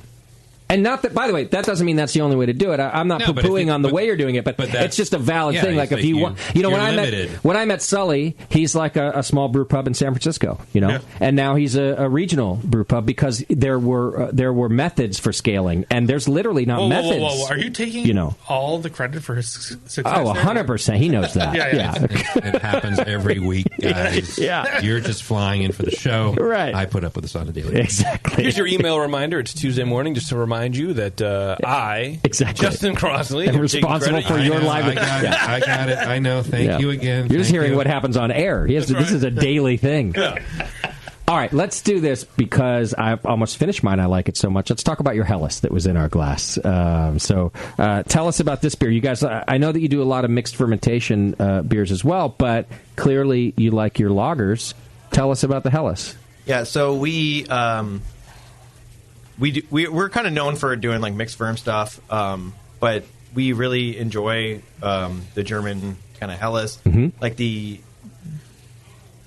It's weird to say this without promoting our own beer garden as well. That's okay. You can do that. You don't have to apologize. No, you're here to promote. Go for it. Cool. Yeah. Lean into it. We have this. We started a beer garden, Village Beer Garden, in our town, as just another outlet for a way for us to sell beer. And you're allowed to do that. We can do that. Okay. Yeah. It's a little more complicated than your guys' tap room kind of laws or whatever that is here. But so you did a Village Beer Garden. We have the Village Beer Garden. We started making the Helles because we wanted a nice traditional German beer. Good call. We're in a very German area of Canada. Our town used to be called Berlin. Oh, nice. Wow. Okay. Tiltebor. Yeah. I told you it sounded communist out there. Socialist. Sorry. All down. So, anyways, it's pretty normal. This is a nice traditional Helles. Yeah, it's a easy drinking beer. It's just Pilsner malt. It's carafoam. It's a little bit of wheat, saws. This beer is meant to be drank in large quantities. Canadian malt or German malt? That is Weirmann Pils. Okay. Yeah. Oh, wow. Nice. Yeah. 100%. We use a lot of Weirmann. This is a great beer. Thank you. This is very good. And its name is interesting. It has some history behind the name. What is it called? Is it Hollinger? Hollinger. Yeah. Hollinger Helles. Yeah. And what significance does the Hollinger name have to you guys? So we just bought a beer garden in town, and that's the family that started Home Hardware. Hollinger. Which is like the Canadian version of the Home Depot, I think, right? Like a major hardware store chain. Yes. So the Hollinger family started Home Hardware out of the town you're in. Yes. Nice. Okay. Yeah, so it's kind of cool. It kind of brings it back. And so your beer garden isn't like just a piece of land. You bought like an old house that was owned by the Hollingers? Yeah, we bought a house that actually predates Confederation for us. So, okay. 1865 is the age of the house. Confederation for us. So, the country started in 1867. So yeah, it's kind of cool. Like we have actually a house. Cool. Yeah, we have a house that's older than the country. And it just has like a big patio or a big yard or something that's the beer garden? Huge patio, 100-seat patio. Nice. Terrifying basement. Don't go down there. Don't go down there. Really? Yeah. Oh. What was the house before you got? Was it like dilapidated or was it like a historical site? What was it before you just got it? It was like a shop. Like, thank God it wasn't a fucking historical site because otherwise I would have torn that thing down. So. Yeah. Okay. So it was just something else. So it was in use. Yeah, it was in use. It was a shop and it had been for sale for a while. And I'd always looked at it and like, oh, I'd be so sick as a beer garden. Sure. And has that worked out? Did people feel the same? Yeah, I think so. I mean, it's been pretty cool. Like, I think the first weekend we opened, it was wild. Like, Kevin and I were working there, and it wasn't. We were definitely over capacity. Okay, that's all right. Crazy. We won't tell anybody. We served a beer a minute every minute for 10 hours. Wow. Yeah, it was nuts. But what I'm thinking is that's a really good thing because. What about all winter? You guys have like some harsh winter, right? Are you open? Are you seasonal? Is it all outdoor? Yeah. Are you going to be open? We do have an indoor space right now. Okay. We have an excellent Chef Arturo. He's a Mexican guy, so he's doing like authentic Mexican food. That's which great. Is not normal for our area of the world. I'll be the judge of that if it's authentic or not. I got to come up and check this. I'll see what Arturo's doing. Where's my mission burrito? But what about the beer garden itself? I mean, the outside, you would not want to sit out there right so now. at some point you'll shut it down for the season, or you'll just open it on sunny days only. No, it's shut down in October. Got it. Yeah. And then the indoor space you're talking about is at the house, or just your original space is your indoor space? At the house, too? Okay. Yeah. So you have a tasting room at your original place, right? Yeah. And then now you have the house, the beer garden, plus a tasting room inside for when it's for Chef Arturo. Yes. Basically, when it's cold. Exactly. It's his house. He lives there. Yeah, he just lives in the basement where it's creepy. He actually lives upstairs. He lives upstairs. I love this. I got to stop making jokes because... Yeah. Also, he only has one leg, JP. Anything else you want to call out? Yeah. No. He's been arrested 8 times in the last... none of this is in my notes. Don't worry. Is it confusing because your place is this beer garden's the same name as a large Home Depot style business in your area?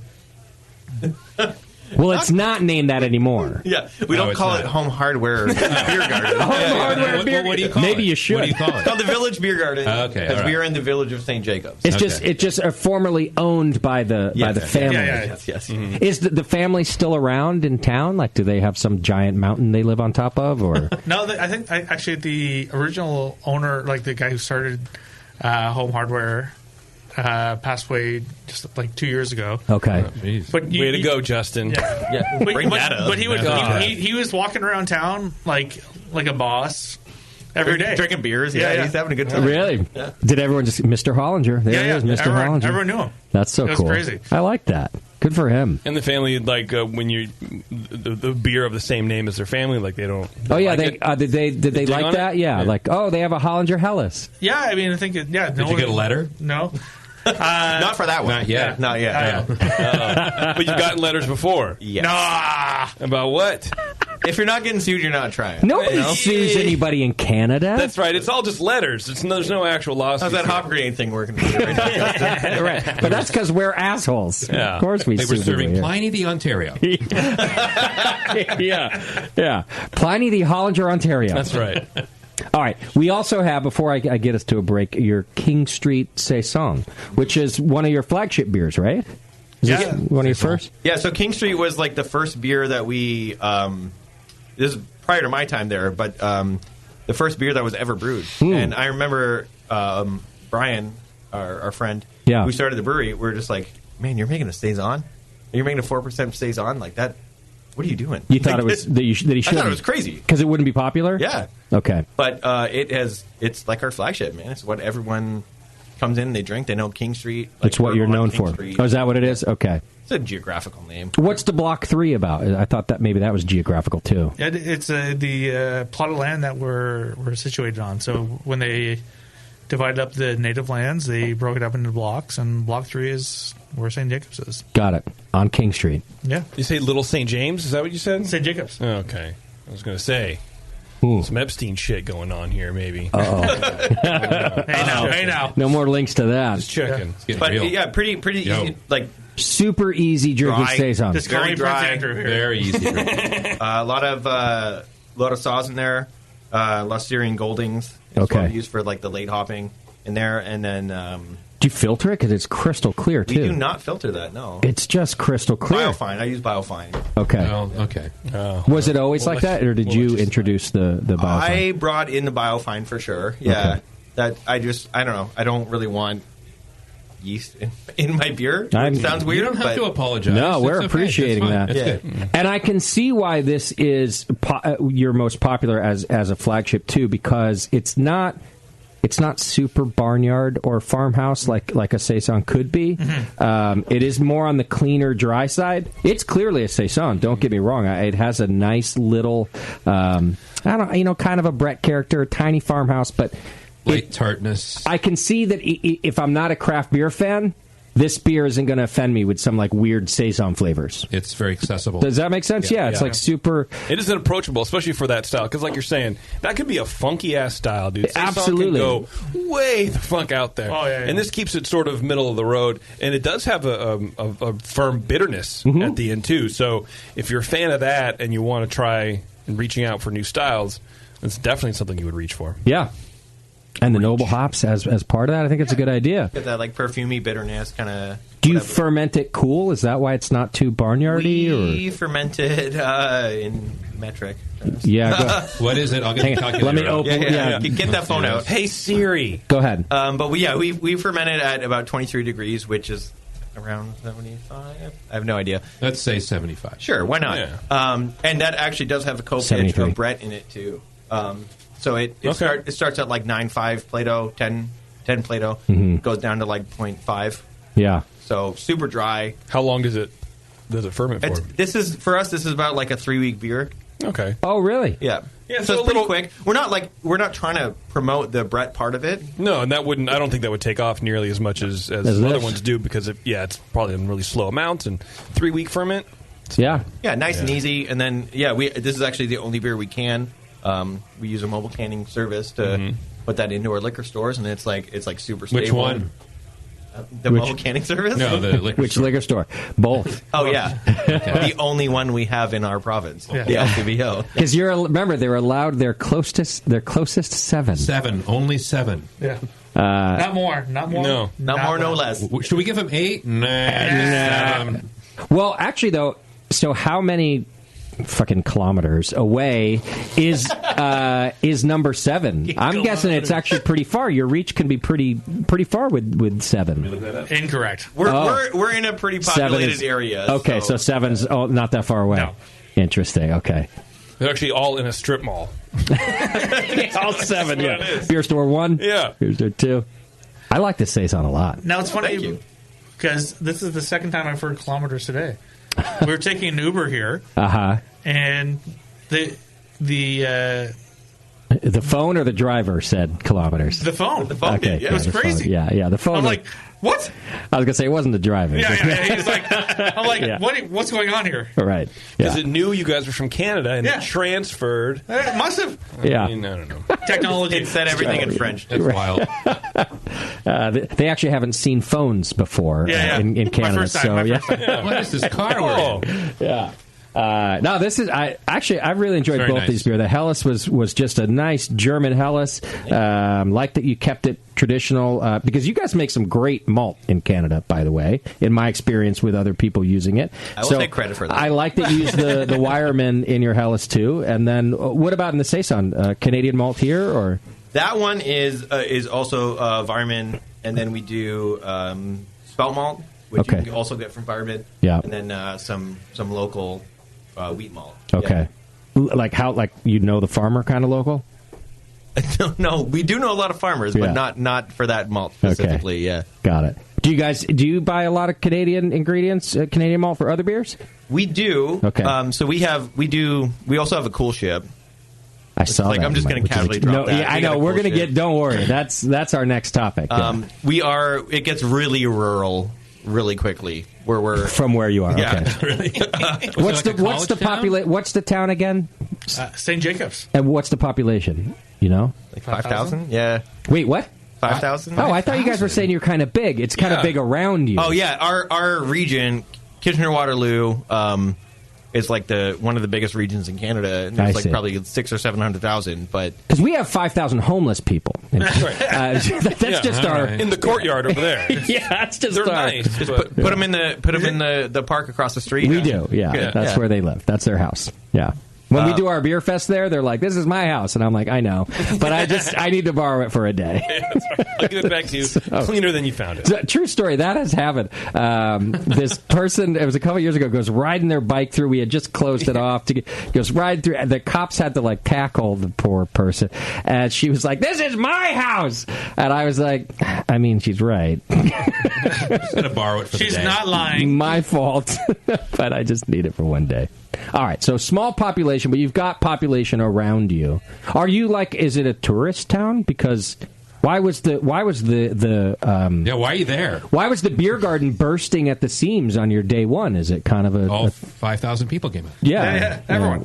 That could be. Yeah, I mean, so St. Jacobs is the home of one of the biggest farmers market in North America, actually. So. Oh, is that right? Yeah.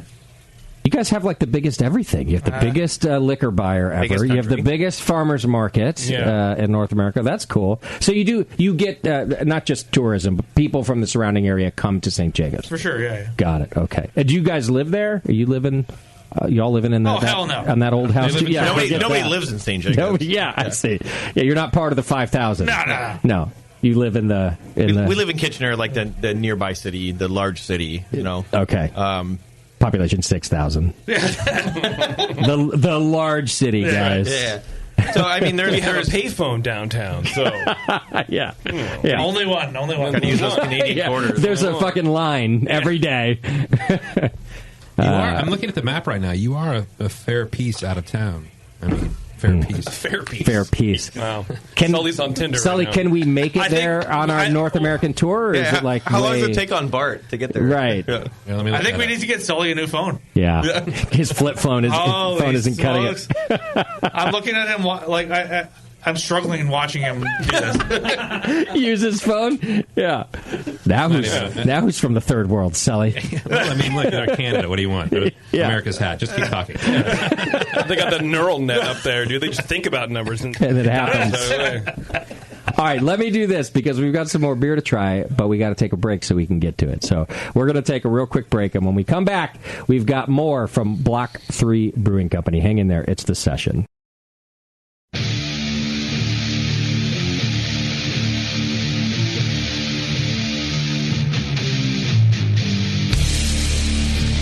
This is Corey King from Side Project Brewing, and you're listening to The Session on the Brewing Network. All right, welcome back to the program. Thanks so much for hanging out with us today. We are still speaking with Block 3 Brewing Company out of Ontario, Canada, and tasting some of their wonderful beer. It's been good so far, and I just got a whiff of the next two in our glass. And smells great. Yeah, they do. So you guys, we had mentioned earlier, you're kind of big on mixed fermentation and barrel age, too. Is that sort of how you guys started with those types of beers? And I asked that because if I was your mother, I would have told you you're crazy too. If those were the styles you started with. No, I mean we started the saison was what we started with, and then to be honest, I bought the first bunch of barrels behind our brewer's back. Okay, how many years in was that? A year in. Okay, and I just bought because you were into that style. Yeah, I was into that, so I just bought 20 barrels, and I was like, yeah, fuck, let's just do this. Okay. And what kind of barrels were those first 20? Were they wine? Yeah, wine. Okay. Yeah, we're not gross and don't do like. What? What would be gross? We're not very big into the bourbon barrel like pastry stout kind of thing. Okay, yeah. It's gross. You need to speak freely. You're fine. It's gross. You're not into it. Okay, so you don't like you don't like bourbon barrels? No. Okay, all right. I'm not a savage. I'm not a savage. I love it. I didn't know that was savage. That's interesting what happens in Canada. Well, and you guys are a wine region too, so So actually, I remember the bourbon. It's gross. Understood. Cask beer is gross. And you don't do you drink bourbon either? No. Yeah, me like neither. bourbon. By the way, I like bourbon. You do, okay. But do you like bourbon beers, like bourbon barrel beers? I don't like the. I like them. I like the flavors that are there. Yeah. But I don't. I don't need a 11.5% alcohol beer. Yeah, understood. You know? Okay. So, Graham, when you got these barrels, you were like, "Look, I don't want that like over the top shit. I want something more nuanced, or what?" Yeah, I don't know. It was weird. Our brewer was actually on vacation, and the barrel showed up, and I was like, "Oh, fuck."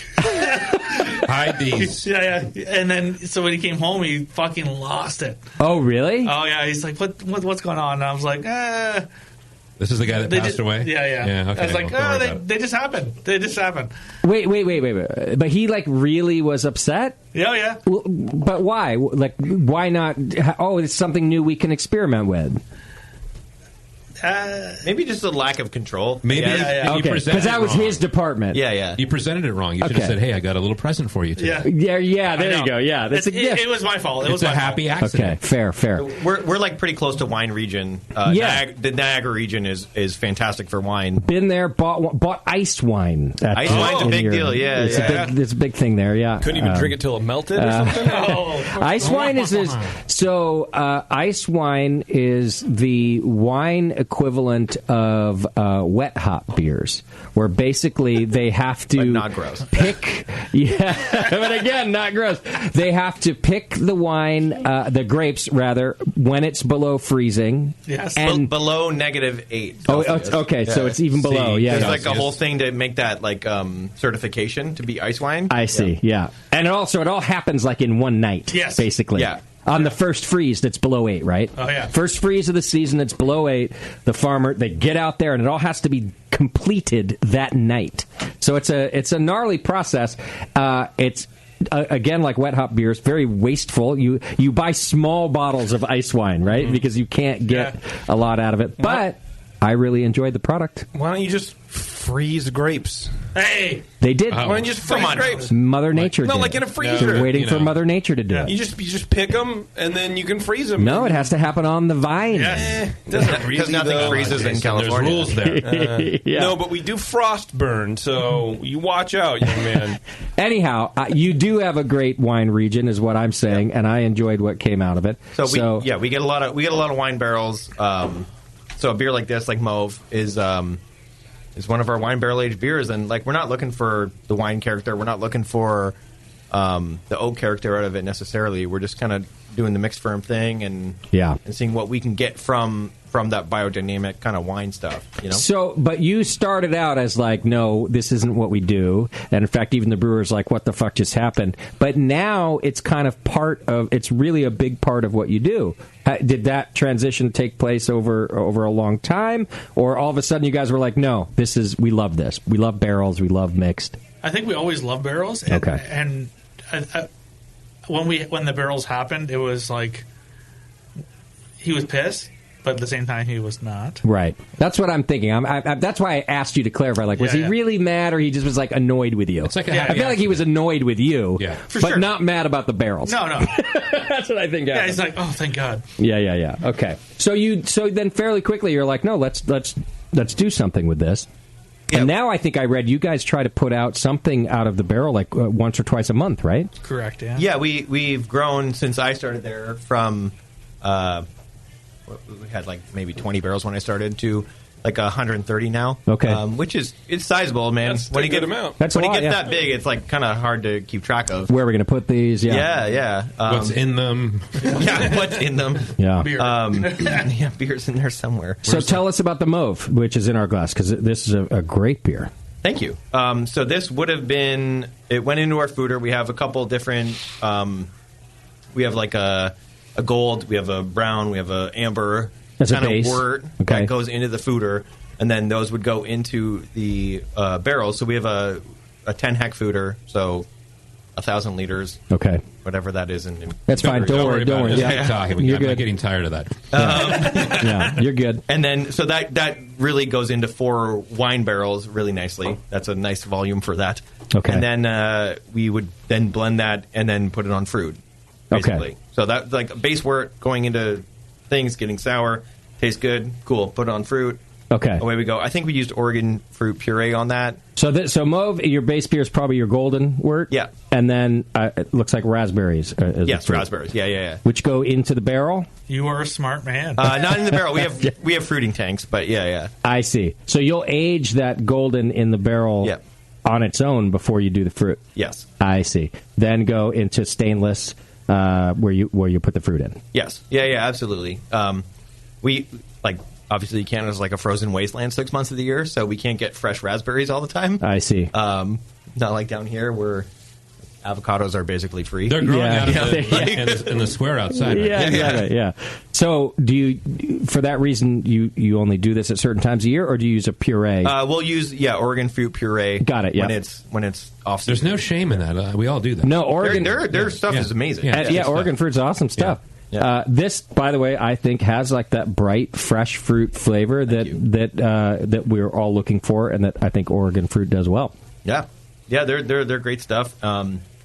This segment brought to you by Oregon Right, Fruit. exactly. Yeah, it's super bright. I mean, the aroma is amazing. I mean, it's got this nice sweetness and this tartness on the backside. It kind of reminds me of a tartar version of New Glarus's. A couple of their bottles they do, fruit beers they do. I'll take that. Raspberry. Yeah, I'll take that. And I would agree with you about more tart but less sweet than New Glarus, in my opinion. Yeah. Also a fan of New Glarus, by the way, but I think this one's like a little drier, less sweet. Kind of like a what's the ABV on this? 6.5. Yeah, I was just gonna try to compare the golden base to like a Duvel or something, like without the Belgian, but like a golden strong. Their heads just exploded. Did you see that? When you said Duvel, Duvel's like my favorite hangover beer. Oh, it's a fantastic hangover beer. He's not walking out here. So. Yeah. And did you hear what he said? Oh my God! It's like Duvel and New Glarus. And then with the fermentation, is this? Do you pitch every time, or is this from the barrel? That would definitely be we don't repitch into our foeder. Okay. Not very often, anyways. So the fermentation just comes on what's in the foeder. Yes. Yeah. Okay. Yeah. The souring and the Brett aspect of it and everything that comes from what's in the foeder in the wood. It's nice and it's tart and it's complex, but it doesn't have a lot of. There's no off flavors that I'm picking up. It's not funky. I was thinking you inoculated. I thought maybe you pitched. That's a nice clean foeder you got. You know what I mean by clean? Like it's funky, but it's clean not sourness. Yeah, without a bunch of the bullshit that I could usually complain about, like some cardboard and some oxidation and maybe some bitterness that doesn't belong there. None of that's there. The foeder is saying, "Well, thank you, Justin." Yeah, I'm happy I did my job right. Yeah. I think you did. You bottled it well. How long did it sit between the foeder and the barrel, and then sitting on the fruit and the stainless? How would have probably been about a year and a half. This beer's about a year and a half old. Yeah, and then let's say about 2-3 months bottle conditioning. You do bottle condition, okay? Yeah, this was bottle condition. I really hate THP. That's like that, like I've only Cheerio just kind of off learned of flavor that. you get. Yeah, I hate THP so much. I think I'm like really sensitive to it or something. So to get rid of it is why you age it in the bottle longer, or what? Yeah. Okay. We let it sit around a lot longer than maybe we financially should. Because it will clean itself up. Yes. I see. Hopefully. Is this beer at the LCBO? No. Is it at Is it ever at the beer store? This can only be bought at the brewery. No, only at the brewery. Yeah. It's interesting because just drawing a comparison with beers down here, you have no warning on here. You have no there's no address for the brewery. There's no statement of process. There's no legal stamp. I feel like every other country is like, because all of that is common sense. We don't have to. You bought the beer at the brewery. Yeah. Why do I need to put the fucking address on there? Right. There's no like a warning. Same with the warnings. Yeah, don't drink when you're pregnant. Yeah, we fucking know. No one got cancer. Or do it anyway. And even like going to like your beer garden, it's like, this is the designated area. Do not step out. Do not bring children. If you drink, you have to eat. That kind of stuff. You go to Europe and it's like, what are you talking about? This is bullshit. Yeah. My daughter Serge, who's 4, will bring your wine shortly. She made this wine. She's been drinking it for years. Serge. Have you tried to sell this beer outside of the tap room? Put it on the shelf anywhere? Nah, it's not feasible. It's a process to list it. I would have to start this a year ago. Oh, well, it's been in the bottle for a while. Here's where I'm asking. All these lazy Canadians over here. Touche. I'm going to suggest, though, a different approach for this particular beer. It should be at every high-end restaurant in the province of Ontario, I think. I think any place that's a foodie place, I think your packaging looks really nice. Yeah. I think the Canadians would be into it. I think that it's a fantastic beer that a bunch of Canadians would be like, wait, that's beer? And I only say it that way because it's what we were, 15 years ago, too, where we didn't know that sour beer was beer. Mm-hmm. I think that you should distribute this to every fine dining establishment in your province. Yeah, guys, that's free, okay? That's free. Everything else he says after that's going to cost you money. That's right. I completely agree. Do you see what I'm saying, Sully? I think that this is it's very elegant. It's got some nuances to it. It'd be great paired with food. I mean, it's amazing. It's a world-class beer. It is. And I'm just saying, I feel like it's hidden away in your little town.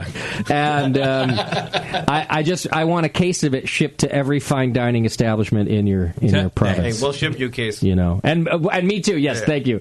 But it's a great beer. It's a world-class beer. Well, thank you. Thank you so much. That's really kind words. And for being aged that long, which I think is what adds to some of the complexities, there's a lot of steps that you could have fucked it up and you didn't. I think about that every day.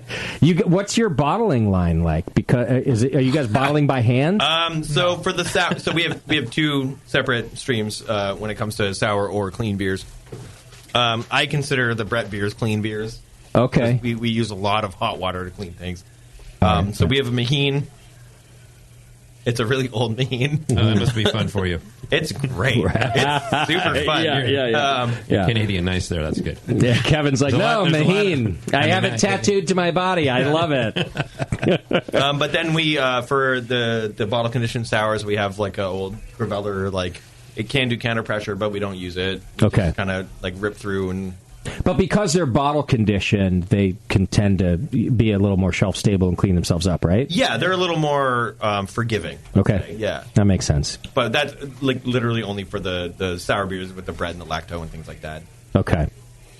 All right, well, now I just want to get on to the next one because that one was so good. The next one is called Fickle Mistress, right? Yes. And is this a special version of the Fickle Mistress, or is it always like this? It has blueberry and cranberry, I think you said? Yeah, this is a special edition, if you will. Yeah, so Fickle, we went out, we've done some trips, we tried some beers. It's a kettle sour. We do this probably maybe once every 2 weeks, like every 10 days, something like that. Okay. So this one's popular for you. You brew a lot of it. Mm-hmm. Normally we dry hop it Citra Mosaic. We brought you guys a fruited version. We do a fruited version of this maybe every month.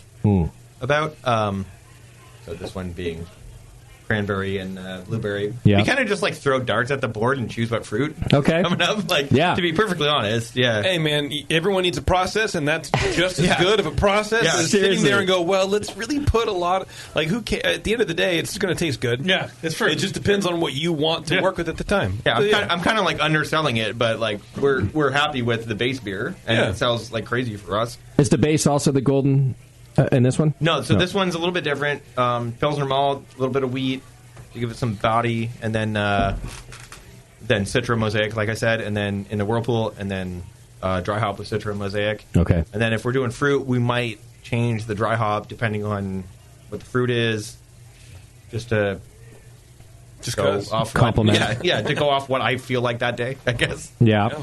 Yeah. It sounds pretty arbitrary. Yeah, It's almost like you're calling like the rep from Oregon Fruit Products, like, Suzanne, what do you think we should do today? What do you think we should sell Kevin? Yeah. What's on? Well, cranberries on sale. Yeah. We'll do cranberry. 100% that comes up. But this is so it's a kettle sour. You said. Yeah, kettle First, sour. yeah. So we pitch. We use all. I will say this is actually Pacific Coast fruit. This one was. Yeah, Okay. that was Pacific Coast. Okay. Canadian ingredients. Canadian. All right. Yeah. It's about time you paid some homage to your own goddamn country. That's right. You want me to sing "Oh Canada" right now? I can do it. Hey, I will sing with you. I can sing it too. Yeah. All right. So kettle sour sits overnight. Kettle sour. Yeah. So we use Escarpment Labs yeast. So in this case, they're lacto. Pitch it overnight. Okay. The whole thing, the whole process, and then this is kind of just like one of the wort streams, I guess, like a sour wort stream that we would then decide to make fruit because we have way too much pickle in-house. Okay, so you brew a large batch and you portion some of it out to experiment with. You were right, Partian. You were right. Partian, yeah. Partian. Well, look, I could say process, but I'm not going to. So this one to me, less tart, a little sweeter than the first one, than the mauve, and I think that to me is pretty common with kettle sour. Yeah. Complexity is a little less than when it's been sitting around More for mild. a year and a half. A little more mild. But one I want like a pint of, not just a little sipper cup, because of that. Like it's just a little more mild. I can drink this by the pint. Well, it's tart, not sour, is how I kind of look at kettle sours. They're not really. They don't have that sour, mouth puckering acidity. Yeah. It's more tart, Right. Yeah, they're almost like underdeveloped, I think. Yeah. And I was worried about the cranberry. I think that's a tough one to use, and it could be bitter. And I think this one came out nice. Mm-hmm. Maybe it's the blueberry rounding it out, but cranberry, I'm like, oh fuck! If the dart hit that for me, if I'm you, I'd be like, oh shit. That's practice. I'm warming up. 2 out of 3. Yeah. Yeah, because to me, cranberries have like almost a flavor that you could describe as like a tannin texture. And that they're tart. Yeah, I would never describe like this that, as like though. tannic. It's like not. No. But it's distinctly cranberry, but it's almost that cranberry tartness that sort of dries up rather than just as like, oh, it's funky and you still have the beer underneath it. It helps sort of refresh your palate. Yeah.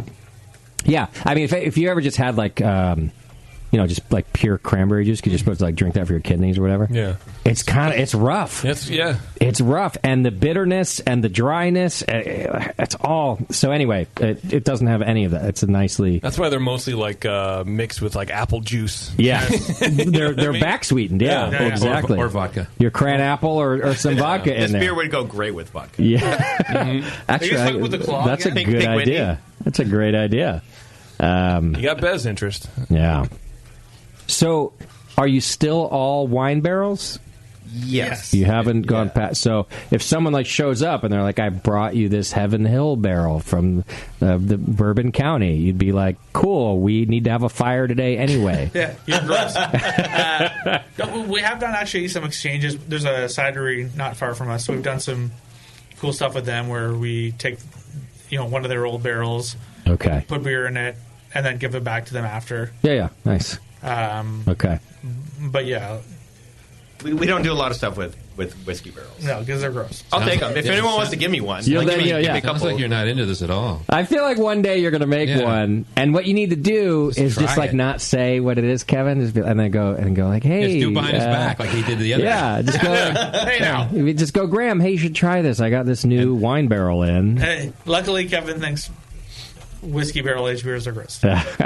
We'll see. I love the fact you're so against it. It's awesome. Right. You gotta draw a line, man. I know. You got to draw a line. I feel like that's your sure. and that's an important line. It's literally the line between Canada and America and the U.S. The border. Not the 49th parallel. Yeah, that's the line you drew. You're like, whiskey? Fuck them cowboys. We're gonna get a wine from Provence. Yeah, it has to be soft like that. Yeah, it makes us sound like super like. Yeah. Douchey. The fact that we only use wine barrels from our province, but it's like, they're free. Of course we're going to do that. No, good call. Good call. And in fact, a lot of breweries around here do the same thing because we're wine country. And they're like, yeah, free barrels, we'll take that. I can't even imagine how cheap they are around here. Yeah. Well, and not always. I think they were at one time. Now I think you guys have to pay for them somewhere, don't you? You have to pay for them. Yeah. It depends on who you know. Sure. So, yeah. And it depends on how many they're getting rid of that year. Oh, yeah. So... are there any local distilleries that you guys could work with and get barrels from them for like a gin, like this beer aged in like a gin barrel would be kind of cool. Yeah, so that's barrel aged gin's a thing now. I don't know if anybody. That's coming up. That's coming up for sure. Distilleries have their own set of weird laws with our system. Yeah. But yeah, like wait, what's the weird law there? There's another one. There's so many weird laws. Yeah. But Willibald is pretty close to us. Willibald Distillery, they make an excellent gin. Dillon's makes an excellent gin. Okay. It's there, but it's not quite the same culture level as it is down here. You know. Got it. Like we don't have a podcast idiots? about it. No. Yeah, well, neither do we really. So. And you guys have a cool ship too. We do have a cool ship. Yeah. That's pretty exciting. How long have you guys had a cool ship for? For 2 years now. Yeah, we'll be coming up on 2.5 years. You must be one of the only breweries in Ontario with a cool ship. There's a couple, but we're definitely one of the first for sure. And are you using that regularly? Yeah. It's got to be very specific, like. The temperature is the time of year. It's kind of weird because you hear guys like Jester King being like, "Oh yeah, it has to be like the right temperature," and we're like, it actually gets too cold to do it. Yeah. So we have a very specific window in like November, December, and then like March. So it actually, I imagine it's even harder than you're describing because it gets too cold in California too. We saw the Russian River's cool ship for the first time. He has windows, all the way around, and it's designed so you open the windows, right? Whoa. He doesn't put it just on the deck? He doesn't put it on his loading dock like we do? Yeah. Is that where you guys do it? Yeah. Let everything fall in. See, that's amazing. So and here, let me just say, he was explaining to me that the first time he did a beer in his cool ship, it was warm enough outside, he thought, so he opened up all the windows. And then put it sat there overnight, and he put the beer in barrels, and he said it just took ages and ages and ages to begin fermenting. And he called his friends, and they're like, yeah, even though it was, whatever, 65 degrees or something, I don't know, whatever temperature it was, they were like, it's still too cold. You need to not open all those windows. It needs to be warm inside that cool ship room with the steam from the wort and everything, so that the inoculation kind of starts going by the time he gets it into barrels. False advertising. It's not a cool ship at all. It's a warm ship. It's going to be a warm ship, a lukewarm ship. So when we went and did the show there, he had put beer in, and unfortunately for my equipment, which ended up frying, he only had like a couple windows cracked, enough to let air in so that it could inoculate, but to keep temperature back so that it would. But you guys are just sticking it on your loading dock. Yeah. So which sounds like way less grandiose. Just stick it out there. Let's get this done. So every year for our first cool ship batch of the season in October, we invite everyone, like all the other breweries that might not have the chance to see this kind of thing. Guys, look what we have and you don't. Right. Exactly. Please bring us free beers. Basically. Here's wort in a rectangle. Outside on a loading dock. I'm going to steal that from you, Jake. It's your new T-shirt. Oh my God, that's a great idea. You've gotten 3 so far. So we do this thing, the whole traditional turbine mash, everything, like local malt. We have a local Maltster Barn Owl. I let him know way in advance how much I'm going to need that season. We make sure our barrels are getting emptied. And then, we do this cool ship thing. And the first time we did it, it took over a week for them to start fermenting. To visibly be like high Kreuzen in the barrels. Yeah. And I was like pissing myself the entire time. Yeah, you're like, I was so Goes like sideways. We just made a multi-$1,000 mistake. I was so nervous. It wasn't warm enough. You get Graham a little bit drunk, and he'll just buy you shit. So, like today, cool shit. Tesla's for everybody. Let's go. Yeah. Do you think that it's because it wasn't warm enough? Yeah. No, I think it was the right time. I think it was just like You're doing this in November. I mean, is it warm in November? No, nothing's warm in Canada. See, this is what I'm saying. That's what you said that you did it in November. If you look at it like you look at your kettle sour, that shit is indoor and warm because of the thermal mass of the kettle too. It basically it warm stays the whole time. It stays warm all night. And I'm not saying it has to be that warm, but from and I'm no expert, but from this particular interview, Vinny was just kind of saying like, yeah, man, that room like kind of needs heat around it so that it starts happening in the cool ship. It's not that all the stuff jumps in, but like the process gets a little kickstart because it's. I can only give you Fahrenheit, but I'm going to say that room when we were broadcasting that day was fucking 80, 85 degrees all night long. Damn, it sounds awesome. And then the next time I fired up my mixer 2 weeks later, just dead. Just totally dead. Because also the moisture in the room. Did you send Vinny an invoice? No, of course not. I couldn't. I got it repaired. Luckily, I didn't have to buy a new. Damn. It was expensive. It was our expensive mixer. Okay. And I got it repaired for a couple $100 instead of the whatever couple thousand it cost. Yeah. I definitely think that is like the terroir aspect of making these wild and spontaneous beers. Sure. So like my spontaneous beer is definitely not going to taste the same as Vinny's. Absolutely not. It's not, and I'm not suggesting that. I'm just asking about. I'm thinking that this first one that didn't start fermenting for 2 weeks, it was cold. Yeah, it was cold. That's it. That's it, man. It got cold, and then maybe the stressors on that yeast. Like if I pitched a beer and it wasn't fermenting in 2 weeks, like a normal beer, like our IPA or whatever, you're like, well, that's bad. Yeah, I'm getting fired. Yeah. Well, that conversation is going to happen later. Exactly. Like so. Well, how many batches would you say you've done on your cool ship now? We're up over like 20. Okay. I'd have to go look at my notes, but yeah. And do you feel like now you have it dialed in, like you know the conditions that work for it, or is it still an ongoing? Every single barrel is different. Is that right? Yeah. Okay. Yeah. Every single time, like we have about maybe 40 barrels, like oak barrels, not like American barrels. Yeah. Wow. I don't know what that volume is, but you have oak barrels. Keep going. Yeah. So those oak barrels, we went through and we tasted them, and some of them are. I'm going to be perfectly honest. Some of them are getting dumped. They're terrible. Okay. They are god awful. Okay. But then some of them are like, holy crap, this is the best thing I've ever tasted. Okay, but that doesn't sound to me like that's not a result of the cool ship, unless one cool ship is one barrel.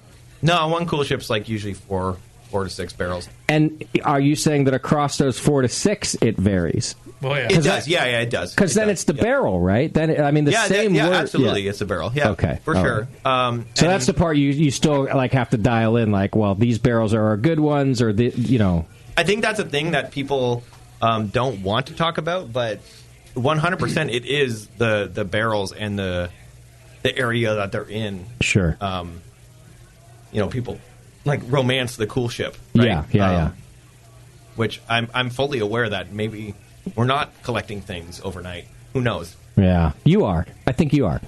I think that brewers who use them would tell you that you are.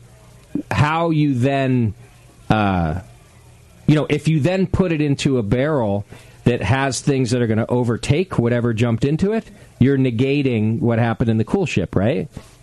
And you sure, see yeah. We're like blasting our barrels with like boiling water. Like we're doing everything we can to keep them completely clean. I see. Yeah. But how clean are you? The only reason I'm sort of not arguing with you, but suggesting that it happens in the cool ship is that I felt the same way. I was like, what the fuck could really happen overnight in this fucking thing?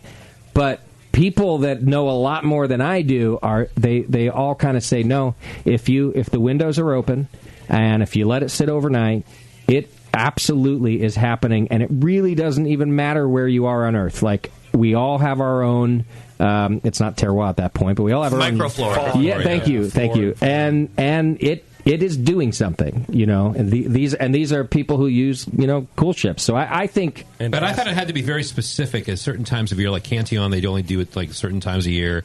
It has to be right. The temperature has to be right outside because you're getting a lot more, activity, microflora activity in the air. Those things become airborne and then land at your cool ship. Yes. So I mean, I'm just puzzled by November. I mean, what's... Yeah, you need to do the dead of July. I think when you said it, I was like surprised. I was thinking, well, why don't you do this like, Doesn't English Steam use a cool ship? They use that for cooling purposes. Open fermenters, well, but actually, not... it's not for cooling. It's for fermenting. Exactly. Yeah, but it's a clean room with an open fermenter. It has The thing with our timing is positive air. We it gets too cold to do it, right?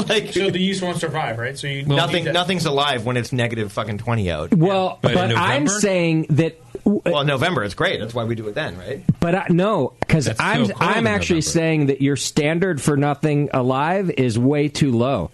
I think that you're talking May, June, July, August, when it's 75 degrees at night.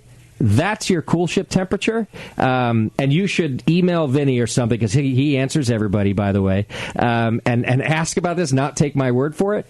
I think that below. Let me do a little fucking Celsius conversion for you. Oh, here we go. But below, I'm going to call it just for fun, and you shouldn't. Below 18 is not a time to do the cool ship. I think 18C. So in the mornings, usually when we come in. Our cool ship is about 14 to 18, and we're talking 0, -5 at night. So, right. I mean, there is something to be said. Maybe it will work. Yeah, and that's something that is an ongoing discussion in the sour beer and the spontaneous beer community. Sure. Well, and also, obviously, you're taking like detailed notes about all this because you're you're gonna end up with like this body of work that's like, well, okay, we have found that November might do something, but not exactly what we're looking for.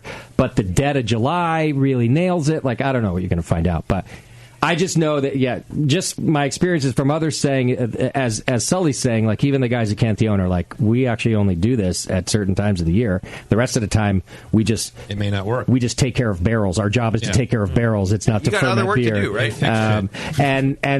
And Vinny was surprised to find out. He's like, cool, opened up all the windows in my new cool ship room and found that his shit wouldn't start to ferment. And that was in summertime, I think. So, that's interesting. Yeah. Vinny, get at me. I know.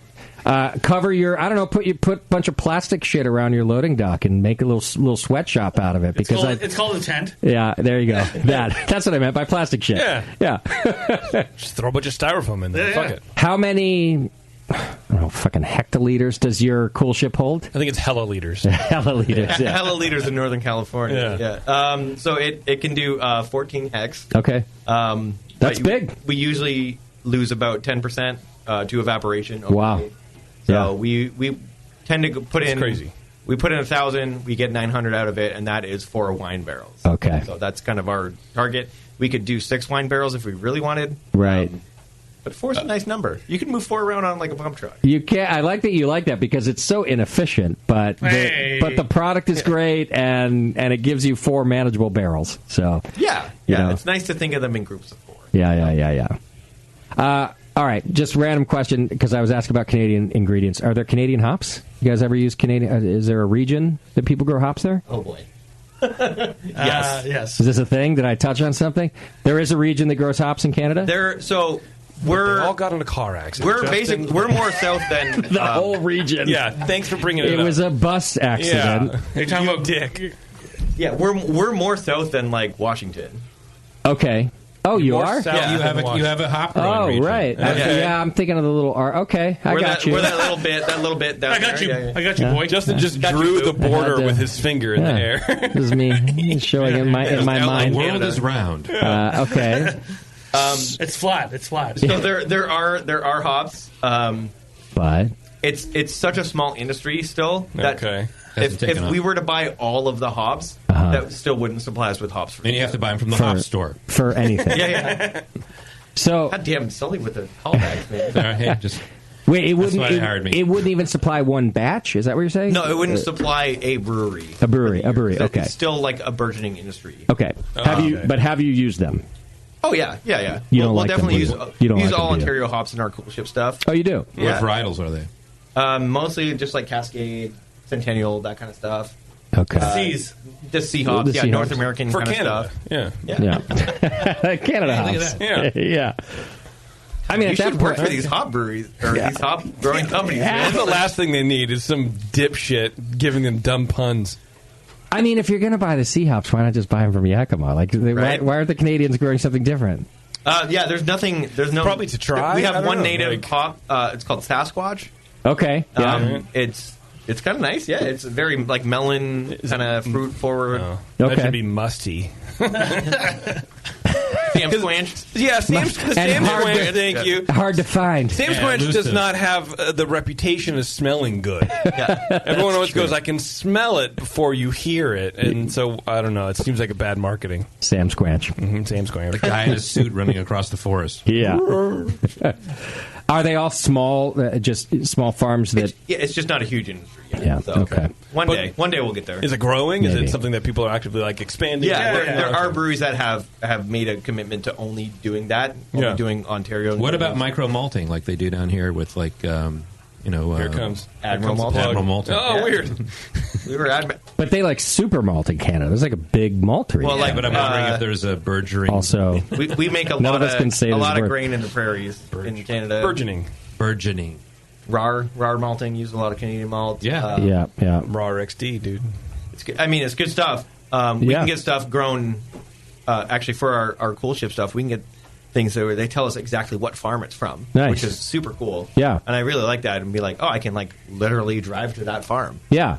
Which is. And then you're like, cool, I'm just going to put my cool ship out in November and fuck it all up. Yeah, I'm just going to do everything wrong. Justin is really into this. You have no idea. You spent like 20 minutes talking about this fucking cool shit. Sometimes when I know about one thing, I'm like, you're doing a good it's job. It's like sir. one thing. It's a good party, man. You should come out the first time we do it. I would love to come out for a cool ship party. In November. Yeah. Yeah, November's not the best time to visit Canada.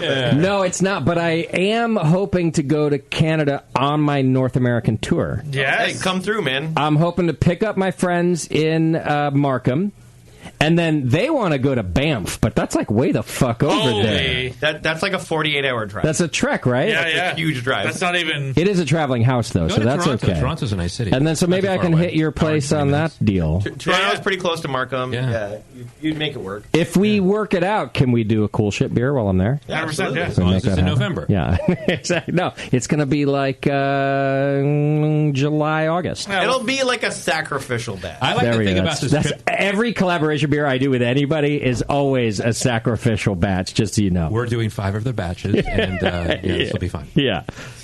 Except the Grenadier. That was not sacrificial. That's that was true. a nice pale ale. I have not had the honor yet. Oh, shit, I should have bought you guys some at the Safeway down the road, but now it's too late. No. Now, are you guys headed back home tomorrow? Or are you doing more Bay Area? Flying out tomorrow. So. Did you just come in for 24 hours? Well, they've been here for a few days. A couple days, It feels like it. It feels like it. Feels like 20. You've done stuff. Though. Yeah, You're not just sitting in We your had hotel a chance waiting to for check out this. 21A. So Okay. All right, where else did you go? I feel like I've lost my wallet or phone like 3 times. So Of course. Well, that'll happen. You are 28 lower. drinks, like mad shout outs to the East Bay. So. Wait, though. I heard a rumor, Graham, that you were at a bar in Oakland last night where there was active gunfire. That's true. Is this a true story? Yeah. Like in the bar? No, outside. Out? Where in what bar? No, that's okay. It's outside. I have no idea. You know, okay. Yeah, I don't know where I was. And what was your reaction to the gunfire? Well, I was drinking a daiquiri. Okay. Fair. Because it was that time of night. That's what the bartender made me. So Okay. I just ordered another beer. The bartender who left for 15 minutes. They went for a smoke break. They left the entire bar for 15 minutes. for 15 minutes to go for a smoke break. You were at a great bar. I'm Were you sure. in Crockett at Toots? It's the Oakland equivalent. It's crazy. Wait, though, like you're not used to gunfire, right? This isn't like a common thing for you. Yeah. But it's also I've never seen bartenders just leave a bar unattended. Maybe that's who was shooting. You were at a good bar. Stumped him more. Yeah. That's a good bar when the bartender leaves to go have a smoke. Yeah. Just watch it. I'll be right back. But you didn't feel like worried for your life. Were you drunk? Ish. I wasn't sober. Okay. Because I would have been freaking out, and I live here. I'm used to gunfire. Yeah, you try to get away from it. Yeah, he's like, I'm going to go now. Another daiquiri, please. When you get back from your smoke break. Sounds dangerous out there. I'll have another drink. Man, I cannot find anything on the internet about a shooting in Oakland. It was crazy. These things happen. If no one got killed, it's just another night in Oakland. True. You know. Yeah, it was weird. Like the guy, some guy next to me just like bought me a shot of Jameson, which I did not need. Right. And all of a sudden, like, these sirens just come out, and he just fucking bolts out. I'm like, what's going on? Oh, the guy? Okay. Yeah. I'm like, what's going on? What's happening? Wow. And then gunfire. Yeah. All right. Hey, man. Fuck it. I'm so glad that you're alive, for one. It's going to be a great story. I would have felt terrible if y'all came out for the show and lost a partner. Another one. Yeah, I would have been like, great. This company's doomed. Damn, I really wanted to find out where that was, too. What bar serving daiquiri? Was it near your hotel? Yeah. Come through Lake Merritt, Oakland. You got to Great stay neighborhood. Yeah. All right. It's not bad, actually. Lake Merritt's okay. It's fine. It can be fine. It depends on which direction you turned when you left your hotel. Yeah. Yeah. Were you Like at a I tiki said, bar? No, they were not. I don't remember. All right, and so but you've gone to the 21st Amendment. We did. Yeah. What other breweries have you hit? We hit up Drake's. We hit up Drake's dealership. Dope. Drake's, good spot. Yeah. We hit Not a fan. You didn't like dealership? Well, we have a beer garden too. Okay. So we're trying to like comparing beer gardens. Yeah. It's weird to see people with like heaters. Yeah. Above their space, and it's like 15 degrees outside, and we're just like, man, I wish we could be open. It's 15 degrees outside. Right. Yeah. No, yeah. So jealousy is what you're talking about. Jealousy. Absolutely jealousy. And by the way, so am I. When I saw Drake's dealership beer garden first, I was like, shit. Yeah, it's nice. a beautiful space. Absolutely. They spent some money in there. Oh, for sure. Although they spent money to make it look like they didn't spend money. So they did, but they also, I happen to know, they were offered like that whole area is like being rebuilt. And John Martin, who's a friend of ours, yes. Not in the mob way, but like a friend. No, in a mob way. He's a smart guy. Are you the Irishman? And He's like the Godfather. He said to the developer, he's like, just give me the shittiest spot off the street that you have, and I'll figure it out. And he did. He figured it out. He made it a cool. He made it. Yeah.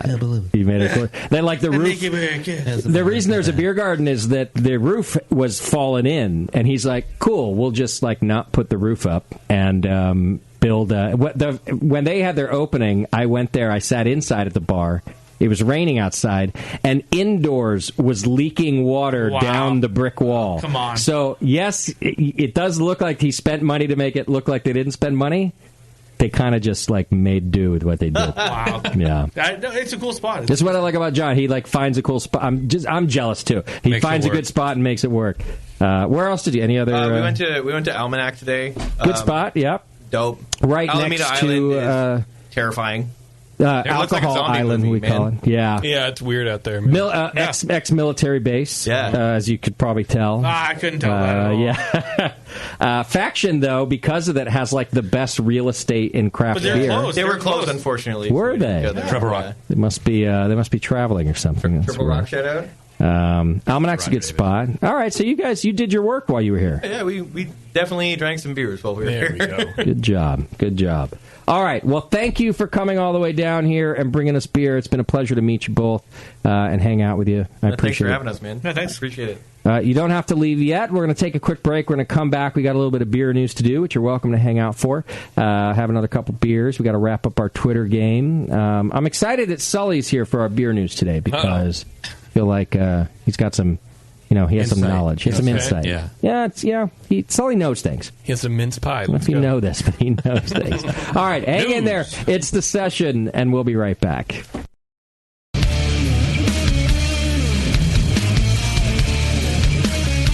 Hi, this is Wayne Wombles from Cigar City Brewing, and you're listening to The Session on the Brewing Network.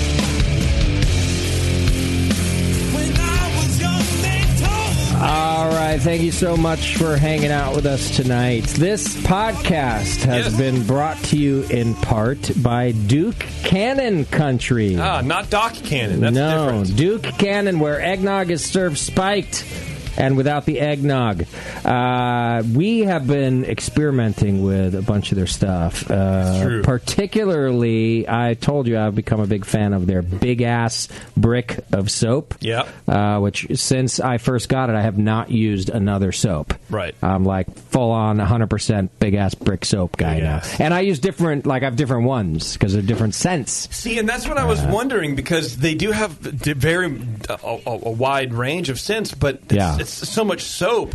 It's a lot of soap. Do you have? I'm only on my second bar. Well, and this is what I was wondering: is does the average person have like a bunch of different kinds, because they do all smell good, but that's a lot of soap. No, I think the best thing is to commit to one, for the couple months, and then you get another one. But the first one was like the forest one or the pine one, or it's my favorite. Right now, I'm using like the leather and something one. Yeah, I know I should know these names, but leather I don't. All I pay attention is that I like it. Yeah. You, though, got the bourbon barrel. I got the bourbon one, dude. Last week. Have you used it? I've used it twice, and that's how often I shower.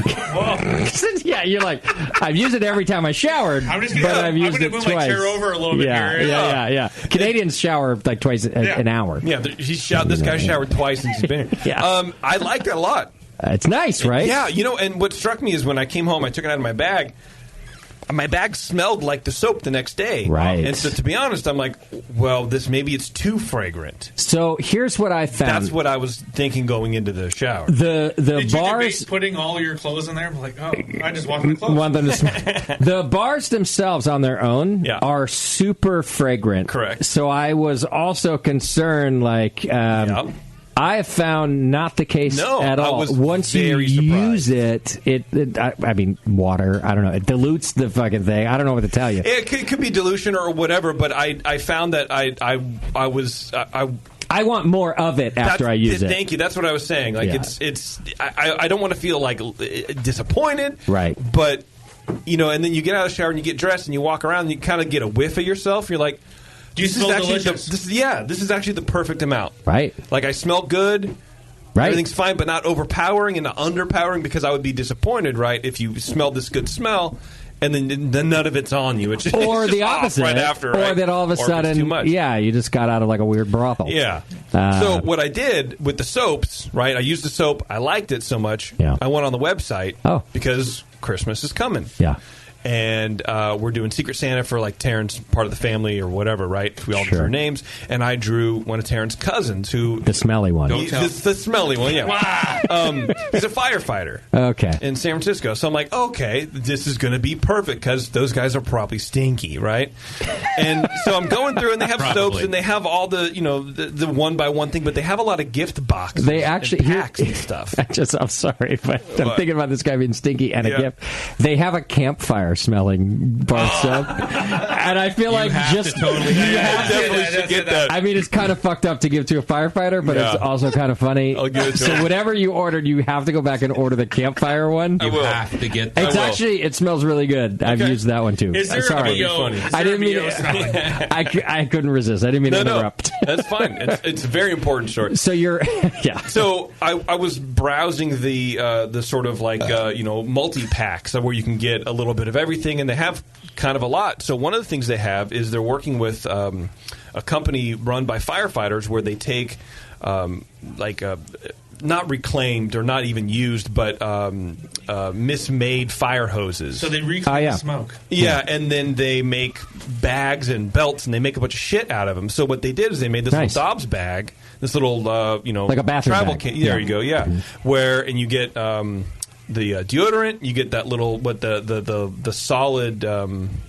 Cologne, which I love. You get a bag of soap. You get a hair thing. You get some shaving thing or whatever, and it's a whole kit. And it came with a free bar of soap that I am keeping because it's different than the one I have, and I'm like, it's soap on a rope.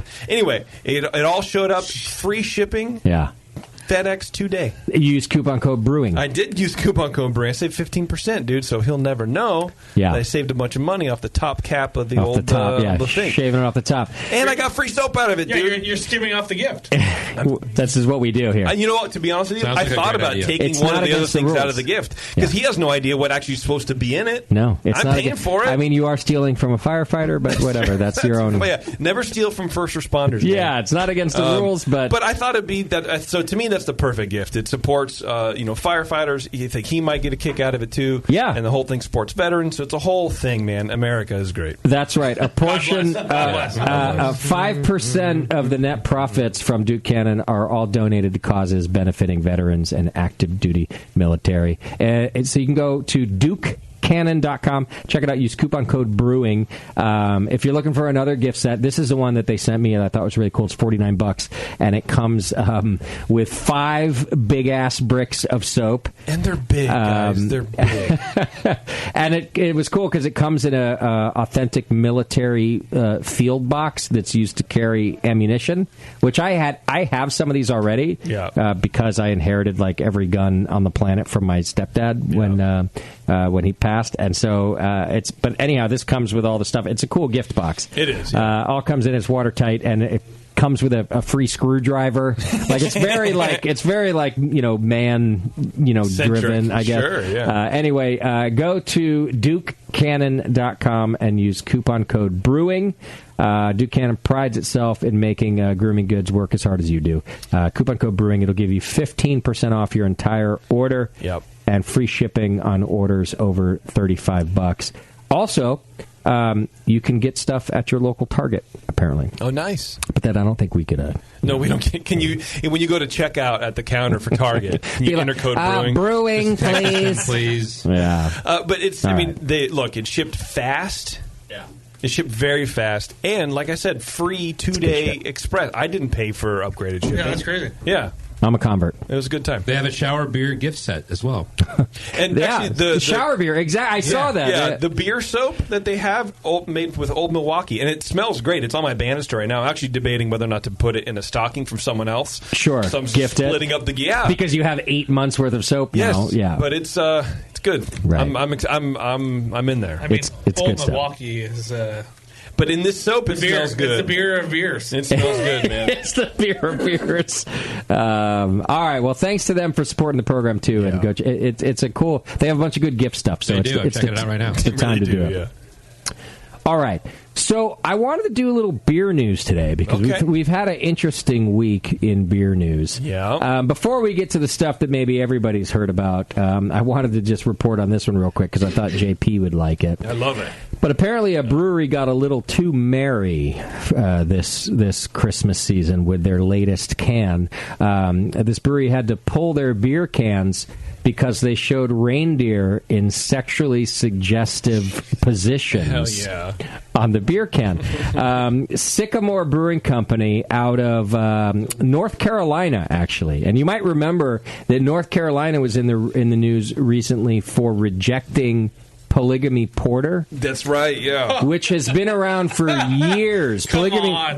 Polygamy Porter, which is a beer out of Utah-based Wasatch Brewery. It's been around for years and years, and they wanted to distribute it in North Carolina, and North Carolina decided that was a little too much risque for the state. So we already kind of got this impression that North Carolina is a little strict about what they do.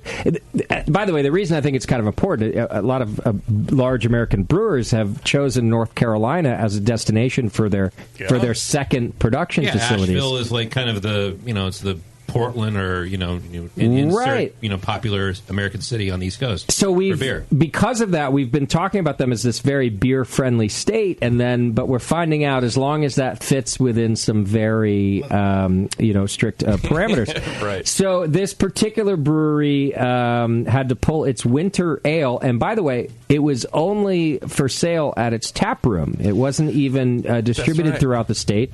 It's North Carolina's own Sycamore Brewing Company, and it was being sold in cans, but had to be pulled when an anonymous tip was sent to the whoever the liquor control board. The label approval people. Don't try to distribute a beer called Just the Tip in North Carolina. I'm pretty quick sure. Question, real quick. Yeah. And maybe Sully can fill me in on this. You guys have to get label approval. Correct. So that's right. You have to get it if you distribute to other states. Okay. Not provinces, states. Thank you. And so, but in California, you don't have to do that. So if we just sell our beer in California, we don't have to do that. And even more so, I thought if you're going to sell it in your own tap room, you really don't have to register anything. You got to pay tax on the thing, but you don't have to register the name. You don't have to register the. You always got to pay tax. You have to post the price. Okay. So you have to post it with the state, but you don't have to go through label approval process. Got it. Yeah. But as with the feds, as in Canada. This is a state-by-state thing here, too, right? Sure. Or no, this is just a federal deal. If it's going to leave your brewery, you have to go. If you're going to leave beer the state across state lines, you have to not only get your label approved, but you have to get your keg color approved. Oh, yeah. But the California ABC, yes, if you're going to sell your beer in your tap room, you don't have to register the label. You just have to price post, but no price label. Post. Exactly. So this was not federally registered or anything. It was only being sold at Sycamore Brewing's tap room. It was their Christmas Cookie Winter Ale. And it apparently had reindeer, various sexually explicit positions, but it was all of the reindeer were also pixelated. You know, like 8-bit, like sort a of sensor. Yeah. No. Well, maybe, but my impression was more. I couldn't find a picture of it. Oh, I got it right here. My impression was more not just 8-bit, but the like. Let me see that. Like my goodness. Like you would find when you're like blurring. Oh, okay. So they're not actually. They're not pixelated. It's 8-bit. It's like 8-bit, sort of like Super Mario Brothers. So there's still reindeer in. Like, by the way, the one JP is showing me right now is like 2 reindeer in the missionary position.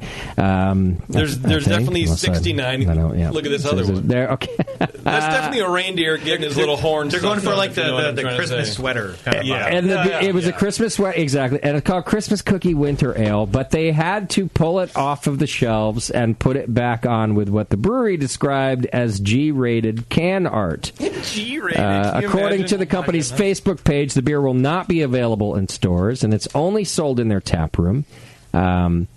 But since the reindeer design was only going to be sold in the tap room, they thought they could get away with the risque holiday design. However, that is not how it played out. Just like when the Utah brewery, Wasatch, had to pull their beer back because, quote, polygamy is illegal. Apparently so is risque reindeer fucking. I don't know what. Yeah, I mean, show me a reindeer getting a blowy in the wild. And but what's great about this is that we're talking about it. So they won. Yeah.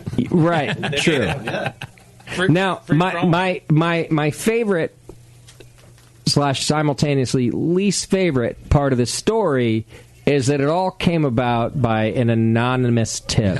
Right. Yeah, from that. By some boring fuck who walked into this tap room and was like, oh my God, are those reindeer fucking on a can right now? I can't even believe it. This is a public place. You guys are grouse. I don't even know what reindeer... until this moment, I didn't know what reindeer fucking looked like because I've never seen it, but that's obviously it, and I'm so offended that now I know what reindeer fucking looks like. National Geographic. And by the way, do reindeer really fuck in different positions? I think it's inappropriate. It's got to be another brewery in the area. You think? Yeah. Yes. No, I think it's some it's a puritanical. Yeah, exactly. It's a little bit of a religious right thing going on there, probably. Oh my God! If I could have gone my whole life without knowing what reindeer 69ing looked like, I would have been just fine. But now that you've taken that away from me, again, right? Just last week, I was at the grocery store, and there was something called. Mustard. Thank you. You're welcome. Mustard 69, and I was so disgusted. Must I? Now, in fairness, it's because the mustard had 69 ingredients, but the connotation alone. Bro, I would definitely go in hard on 69 ingredient mustard. That shit sounds hella good. I can't with these people. Like, with the... Like, what I mean, Also, I have nothing else to do. Yeah, I'm really curious. Like, do reindeer actually blow each other? I mean, is that a thing in the wild? I mean, and if it like is, a National Geographic, then I think we have a class action suit on our hands because it's fucking nature. Yeah. I mean, it is the obscenity is one thing, but I would never turn someone in for that shit. Like, that's the weird line. Whoa! That's why I think if you get on video, you're the one. What if reindeer's primary form of foreplay during mating season is actually to fucking 69? We don't know. What do we know? And then we're just talking about nature here. Reindeers get in there quicker than I do. You're not a there's no foreplay involved. You don't even know. You don't know. Maybe. Bevo, you next don't know week, what I do. I would like a representative from National Geographic on the program to talk about reindeer mating. Call Santa. Yeah. That motherfucker knows, or at least one of the elves. You're right. Talk about it. I just can't with the fucking... who walks into a place? They do engage in gentle contact. I was having such a nice time out with my family in North Carolina, and I came across this can. I mean, North Carolina says it all. With pixelated versions of reindeers in compromising positions. It is retarded, I don't think though. that is the nature of the hunter-gatherer environment. I can't. It bothers me. I don't know. That label's pretty stupid anyway.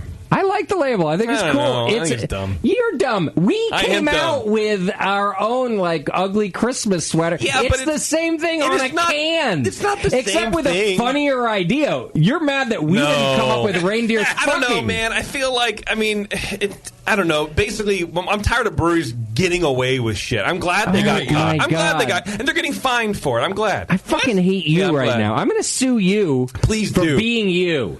Dibs on John. There wasn't a cereal box on it with a name of a General Mills cereal. It's a beer. It's an adult beverage. Because they they're didn't. not. They're not getting sued for it, but they're getting fined because they didn't approve the label. I don't even think they're being fined. They had to pull the. Here it is. Sycamore Brewing pulled the version of their Christmas cookie winter ale from their shelves after an anonymous complaint was made about the imagery on the cans. So you're saying they had to pull out? They pulled out. Oh, my goodness. The article I read, Sully. Now we're going to get banned from North Carolina. Sully, that was good. Because the article that I read is that they're getting fined because they didn't have label approval. Oh, and so it's a finable offense. It's small. It's like $1,000 or whatever. But we'll see. We'll do a follow up next week. Please do. That's not what this says. Well.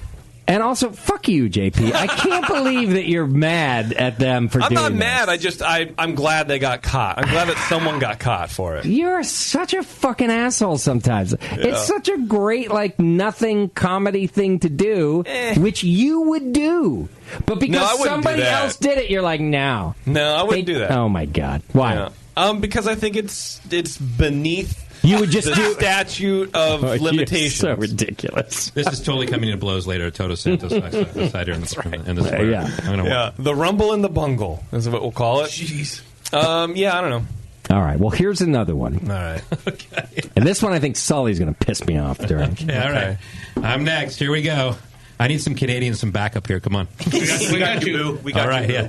Just lean in with the Celsius. Sully, are you aware that the United States Congress has just 3 weeks to go to stop the beer tax, which could double the tax that more than 90% of U.S. brewers pay to produce beer? Are you aware of this happening? Actually, I have no idea. Oh, my God. Sully, how can you not be aware of it? Because you have like a CFO. Well, we're also there's other bigger fish to fry. I'm not trying to This is a big fish, Well, Sully. it is.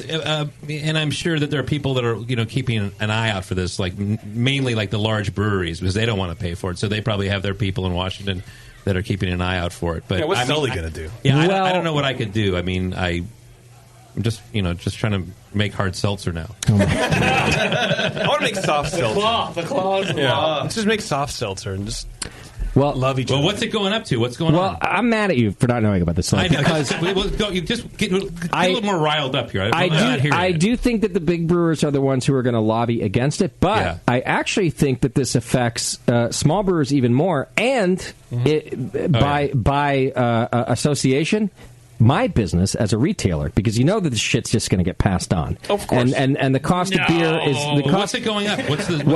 So first of all, let me give you a couple of important facts. Okay. And then we'll get back to you in your store. The beer industry in the U.S. is responsible for these are some cool shit. Yeah. 2.1 million jobs. Yeah. Okay. That's a lot. Over 500,000 of those jobs come from the craft beer industry. Over 559,000 to be a little more exact. Breweries operate in every state. And what happened was that Congress and President Trump had staved off this increase for 2018. It was an increase. It was already in the books. It was going to happen, but they went ahead and put like a little 1-year moratorium on it. But it's coming back, and the tax savings just from that stay have resulted in about $100 million in savings in the U.S. Beer industry. But on January 1st, that stay is set to expire. So unless they renew the stay, excise tax payments will go up on average of 4%. And that means that 99% of U.S. breweries will see their excise taxes double. Double! Huh. Is it? Wait a minute. What's an exercise tax? Let me ask you this question. He's the 1%. Sully, let me ask you this question. I'm trying to work in my mind on my best Trump impersonation. I'm just not able to execute on it right now. Well, the only reason I can think that this isn't on your radar and it's not bothering you, Sully, is that the taxes are already like super low and it's inconsequential. Am I blowing this up? No. I mean, we're more concerned with like aluminum tariffs. But that's steel tariffs. Okay, so but then those get passed on to us directly from like our can manufacturers. But if your excise tax goes up 4%, is that fairly inconsequential to you? No, it's a big thing. Look, the whole like beer distribution game, like you produce a beer and then you put it in the market. Mm-hmm. It's a margin game. You are trying to literally save pennies everywhere you can. Right. So it's not like the guys in Canada just sell it over their bar.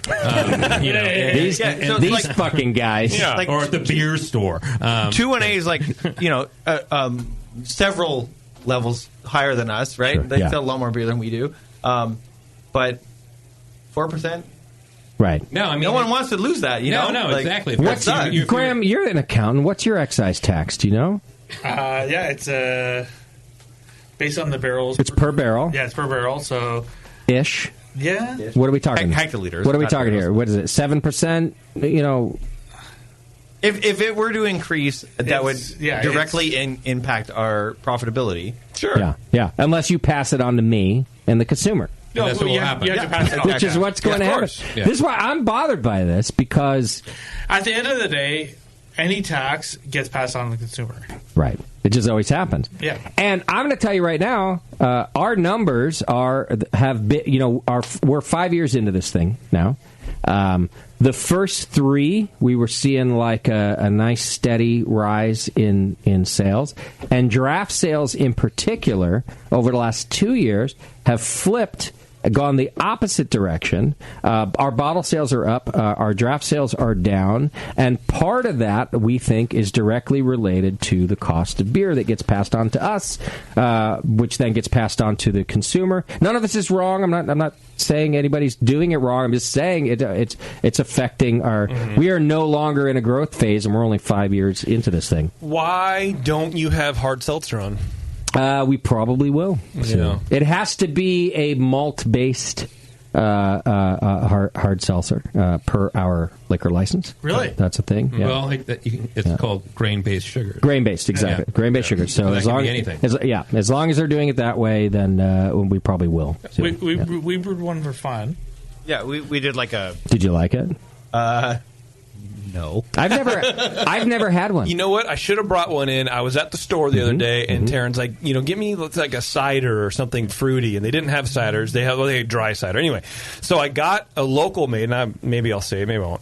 It depends if I want to or not. Don't say it. It's like a 4-pack of hard seltzer. It's fruited, and I never had one before either. Took a sip. It was actually delightful. It was almost like a non-sour Goza, if that makes sense. So there was some actually malt there to it. Okay. A little bit, but not a whole lot. And then the fruit was very pleasant. It was very good. So, I'm not against the concept. Check them out, yeah. We haven't had one because we're against the concept. Yeah, but I mean that's the growth. That's where the growth is in alcohol now. I'm not. Yeah, it's in hard seltzer. That's the growth. That's all. That is all fine and good. But craft beer is not going anywhere. Yeah. And as these things happen, like taxes, I'm just saying it goes. It trickles down. So what happened? I mean, I used to pay the excise taxes all the time when I was at the pub, so I fill out the forms. But they've actually cut them.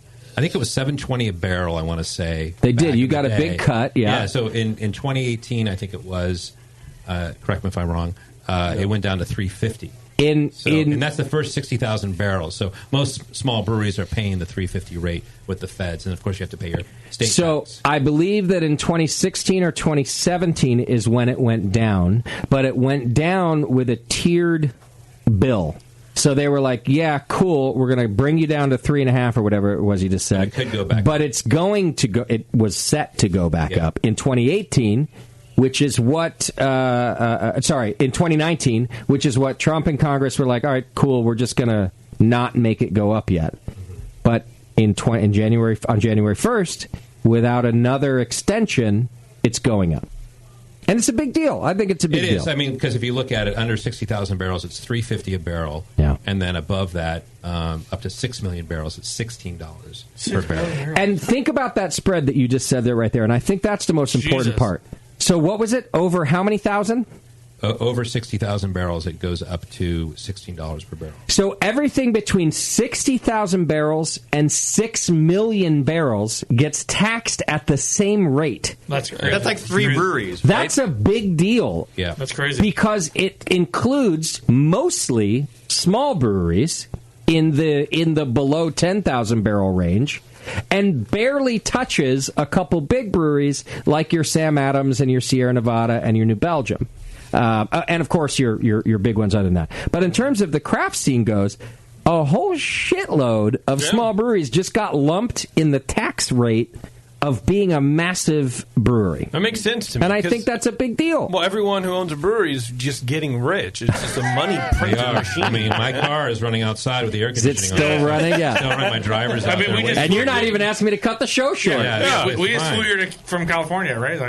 Yeah. Well, I just want everyone to pay attention, and you beer lovers too. You know, if your price of your beer goes up, and you didn't write in to your congressman to ask for this not to happen, don't fucking yell at me about your price of beer going up 4%. You know, you have to keep your eye on it. I mean, I would imagine that there are groups that are actually keeping an eye on it, and. Sorry. You hope there is. Just had a stroke.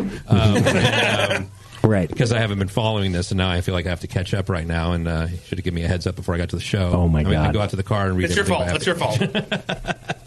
You're ridiculous right now. All right. And what about the 69 deers? Well, exactly.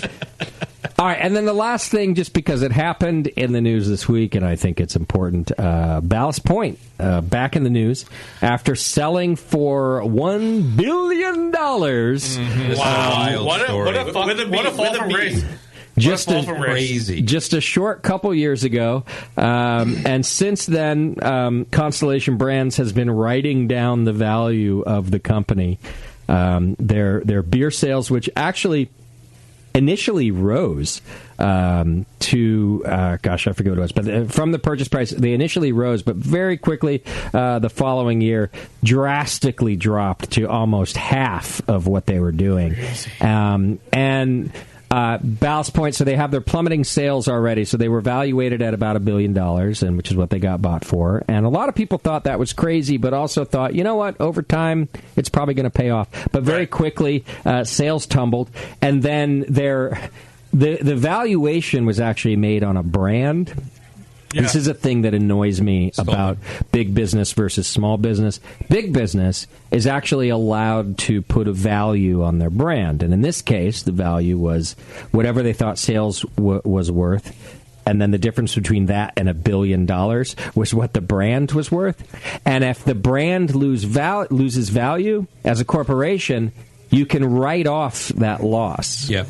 Now, the reason this bothers me is that you can't do that. I have a segment of my company that's been losing so much fucking money for the last 2 years, and I can still only write off a portion of those losses relative to what you've put in. It's a whole fucking thing. Well, you should call it Ballast Point. But Ballast Point, for example, has written off over $200 million in value off of the brand identity. Yeah. Meaning they don't have to pay taxes on that. It's bad. It's bad. Grambo, you're an accountant, man. There's like an actual term for that. Like, Goodwill. Yeah. Like a goodwill. Writing the debt off. Yeah. But not everybody gets to write off goodwill. No. That's right. Meanwhile, they have fishing boats and speeder boats in different locations, but right. It's bad. Bad. It's a bad. Anyhow, in the last week, they were bought by a small craft brewery called the King and the Convict, I think. I think it's plural, Kings and Convicts. Kings and Convicts. Okay. Out of Chicago. Yeah. Kings and Convicts. Nobody knows due to non-disclosure agreements what question is the price was. How does a brewery in Chicago producing 600 barrels a year get $100 million to... I'll give you some of the answers to that, but we don't have all of them. What I do know is that industry experts, quote unquote, it's a wide margin, but they're predicting that the purchase was somewhere between $75 and $200 million. Mm-hmm. Big numbers. Mm-hmm. Yep. But not $1 billion. A fraction. Not $1 billion. Of what Constellation paid. When did Constellation purchase Ballast? I'm going to say 3 years ago. I think it was 17. Yeah, it's a big loss. I think it's a little bit and then earlier than I think that. they posted up like a 15? Loss of the brand. I want to say it's like 2013 or 2014. No, I think it's 15. Keep going. I'll find out for you. Well, I mean, my thing is that back in the day, I mean, valuations were high. I mean, you had Anheuser-Busch purchasing breweries. You had other 2015. You had other. You had Mao getting involved. You had Coors Miller getting into the segment, and then there was a lot of private equity firms getting involved, family office, and so it was a feeding frenzy. So that's going to drive value up. Sure. And so right now, I mean, and so then I've heard for years that Constellation was trying to get out of it. They obviously made a mistake. They didn't really know what they were doing in the segment, I think, when they got it, and so they decided to unload it. And they're a big enough company where they don't have to. Now, who bought it? That's the big question. Sure. Like everybody's scratching their head. They have no idea. So what's the story there? That's what I'm interested in. I have an idea about that. Now, so I think that you're right. They were looking to offload it, but no one was ever really going to pay $1 billion. Any real cash. And here's where the story of Kings and Convicts kind of comes in. So the couple of guys that started it are serial entrepreneurs, as far as I can tell, and they've been fairly successful. One was started in the hotel business, became a hotelier himself, sold his business for $8.5 million. Go to Quebec; they use that term all the time. Sold his hotel chain for like $8.5 million. The other guy did pretty well himself. According to them, they started Kings and Convicts because they were homebrewers, rich homebrewers, clearly. Bought like a building, thought it'd be fun to like do whatever. Decided, well, we better open a brewery here because it's too big to be homebrewers. Bunch of like this shit going on. Well, as it turns out, one of them, has made a lot of friends and knew a bunch of people. It is Chicago, by the way. And some of those people were in Constellation Brands. And according to the article in the San Diego Union Tribune that I've read, Waters is the guy's name. Took these Constellation Brands guys out golfing, and then kind of said, "Hey, what's going on with Ballast Point?" And they said, "Why?" And he said, well, I want to buy it. Why? Why? And they're like, okay. And a few days later, he's on the phone with some of the higher-ups at Constellation Brands and apparently just starts negotiating. Now, the guy has had several other fairly large investment-requiring businesses that he's done well with. So Waters' story is he calls all his buddies. Some of them already invested in his new little 500-barrel thing. Some of them that invested in this hotel chain. Some of them that invested in his last thing. Plus a couple of banks that have invested in him and said, hey, my next big thing, I can... And now I'm going to paraphrase a little bit. I think he called these guys and goes, hey, I'm on the phone with Constellation, and I think I can get it for this price. Whatever that price is, somewhere between $75 million and $200 million. You guys want in or what? Like, you know me. I'm good for it. Let's do this. And apparently they did it.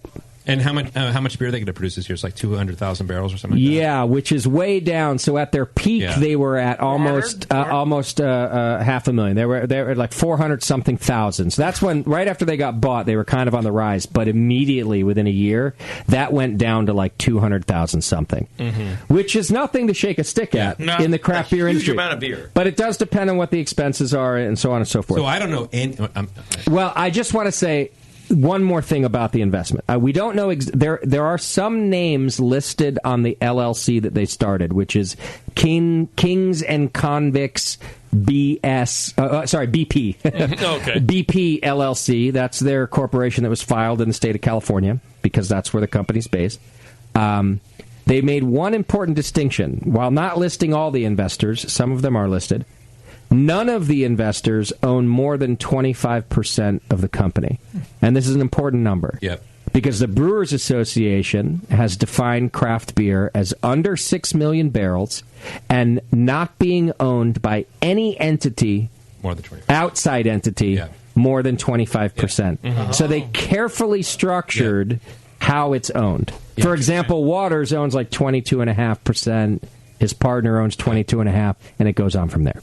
Okay, that's about the end of my... So that's interesting, and that's a really good point, because I think it plays into this second part I've been thinking about, which is I don't know these guys at all, so this is just my opinion. I don't know, and no representation of the 21st Amendment here at all. This is Sully's opinion. Yeah. So I think what's happening is that they've honestly kind of created their own private equity a fund, and by doing that, they've created this entity, the name of the small brewery, Crooks and Convicts. Yeah. And then they've had everybody invest in that, and then this entity has purchased Ballast Point. So it's like a brewery buying another brewery. So you think it was set up from the beginning? Yeah. I think it was. I really think it was, and it looks all clean and in that regard. Although it's a head scratcher because everybody's saying, "Who is this brewery? They make 500 barrels a year, and what's going on here?" Which actually lends to your theory, because even that is like, let's just keep people scratching their heads. No, we're just a small little entrepreneur. Yeah. Well, and they already had plans to expand to like 48,000 square feet. So they're like, I read that too in Chicago too. Yeah, just to clarify, yes, their Kings and Convicts brewery, which is a 500 barrel brewery, whatever it is, had recently purchased a 48,000 square foot spot to expand. Sort of. I think what... Agreed. Do you think Ballast Point beer is now going to be brewed there to fill capacity? Probably. Yes, 100%. Well, according to the San Diego Tribune, Kings and Convicts will also be brewed at the two main Ballast Point facilities, which are clearly much larger. Yeah. But you bring up a good point, JP. We're 500 barrels. We need 48... How many square feet is San Leandro? 165. Okay, wow. It is massive over there. Yeah. But you're not even in 48,000 of it, I think. I just think it's like, what are they going to do? They're going to, this other brewery, you'd never heard of it.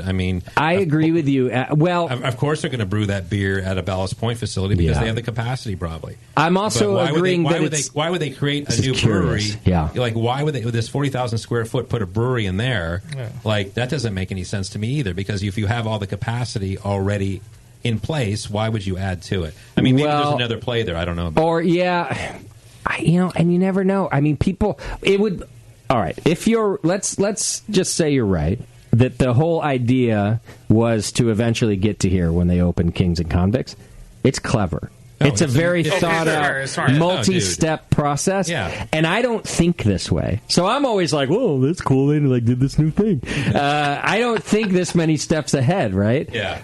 It would be a very clever play, kind of like the Golden Road move, where people say that Meg opened that place under the same type of environment. Like, she opened it to get bought out. She was 10 steps down the road when she opened the doors. You know? Yeah. So this would be, in this theory, would be the same. I mean, it's a big, beer is a big business. I mean, it's a business. Yeah. And so everybody has an end game, and so this was their plan, and that's what they wanted to do.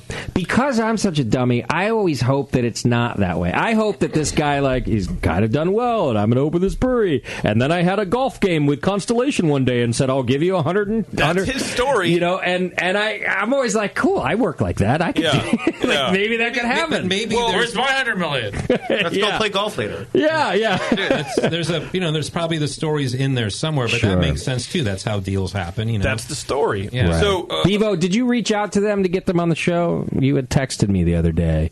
What if I can get I got no reply. Convicts on? Well, who did you go to? You know, just I went through their website. Contact us. They're too big for us now. Too big for the brewery. Are you really craft beer? You can't come on the Brewing Network.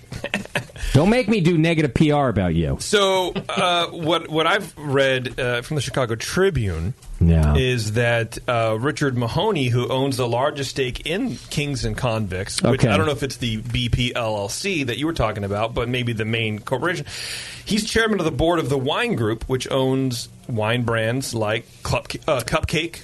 They own a piece of the new group, of the new LLC. Benziger. Franzia, so they make box wine, Franzia box wine. So these people are multi-millionaires, right? So it's definitely not the feel good. I'm a small brewery who happens to have a large amount of money because I sold the hotel. They're getting giant investments from giant mega wineries. Correct, but the Watson or whatever I said his name is, Waters, claims like that company's already an investor in his Kings and Convicts, and apparently was an investor in his previous businesses too. So you could just make the argument like, so I know people with money, and I've made them money. Yeah, well, so I went to them with this new deal. That's what he says. We have investors. Money. Yeah, I mean, every brewery has an investor. Sure, and they're like, oh yeah, Sully, you've already done well for us. Of course, we'll invest another $20 million for you. But I mean, it's just different because it just seems weird. Yeah, this is where I agree with you. It doesn't pass the smell test. It's too good to be true. It doesn't pass the smell test. What any other sayings? Like, yes, I agree with all of this. It's a little strange. Yeah.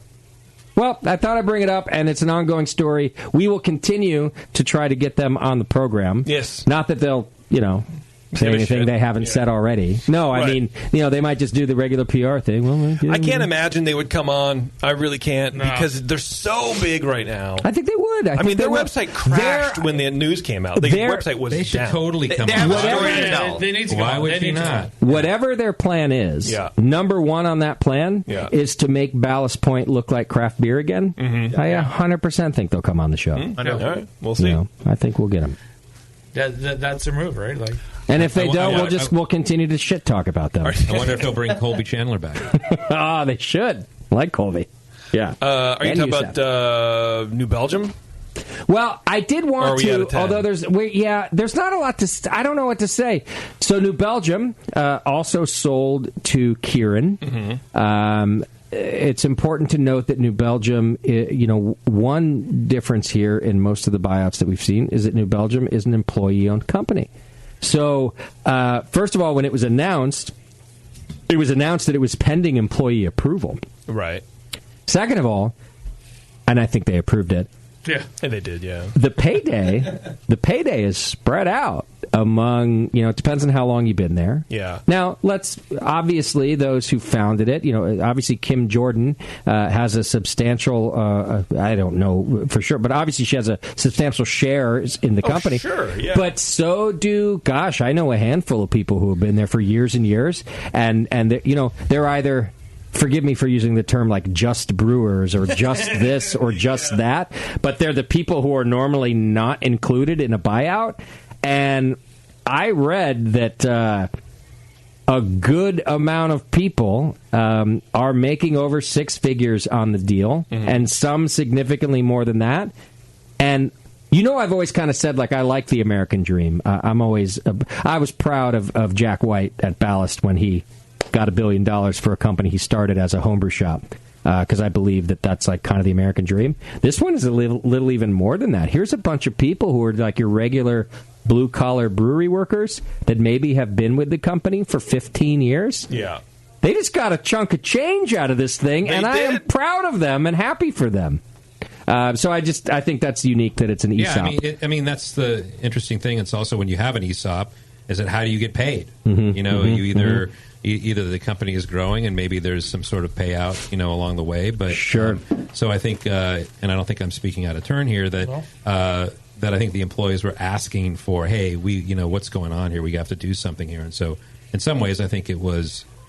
Maybe New Belgium's hand was forced. You have employees that have this stock they're holding, and they're like, well, what do I get for this? Like it's $0 stock, right? Yeah. So how do we get paid? Like that's the E part, the employee part of the ESOP, right? Yeah. Like, Well, so I just read an article about Kieran is now being held in question about their business practices, especially in Myanmar. There's a big uprising. Here, let me just read from this article because it can sum it up better than I can. The employees are now voting on whether to sell their firm to Lion Little World Beverages, a subsidiary of Kieran. Kieran's partner, Myanmar Economic Holdings Limited, is an opaque military-owned conglomerate run by top generals. Both the military. So basically, they're saying that Kieran helped. Basically commit war crimes. The Myanmar military commit war crimes. I see. Apparently, in August, a report by a UN fact-finding mission urged all businesses to completely sever financial ties with Myanmar's military, which uses its vast business network to fund its activities without civilian oversight. So now that all this is sort of happening in the beer world, all this stuff is kind of being kicked back up here in the so now it's a big thing. Now people in the craft world are starting to kind of this is going to be an ongoing problem once we became a global economy. These things are. I'm not saying no big deal, they're going to happen. I'm saying shit. Like, do you think that the employees in Fort Collins were like, oh no, Myanmar? Like they maybe nobody knew. Maybe like one of them had ever traveled there and was like, wow, shit's weird there. This is like part of our global economy where all of a sudden we accept things. We're like, cool, we just did great. Oh shit, sorry, half of our company is a sweatshop. I didn't know. Right. Like I genuinely didn't know.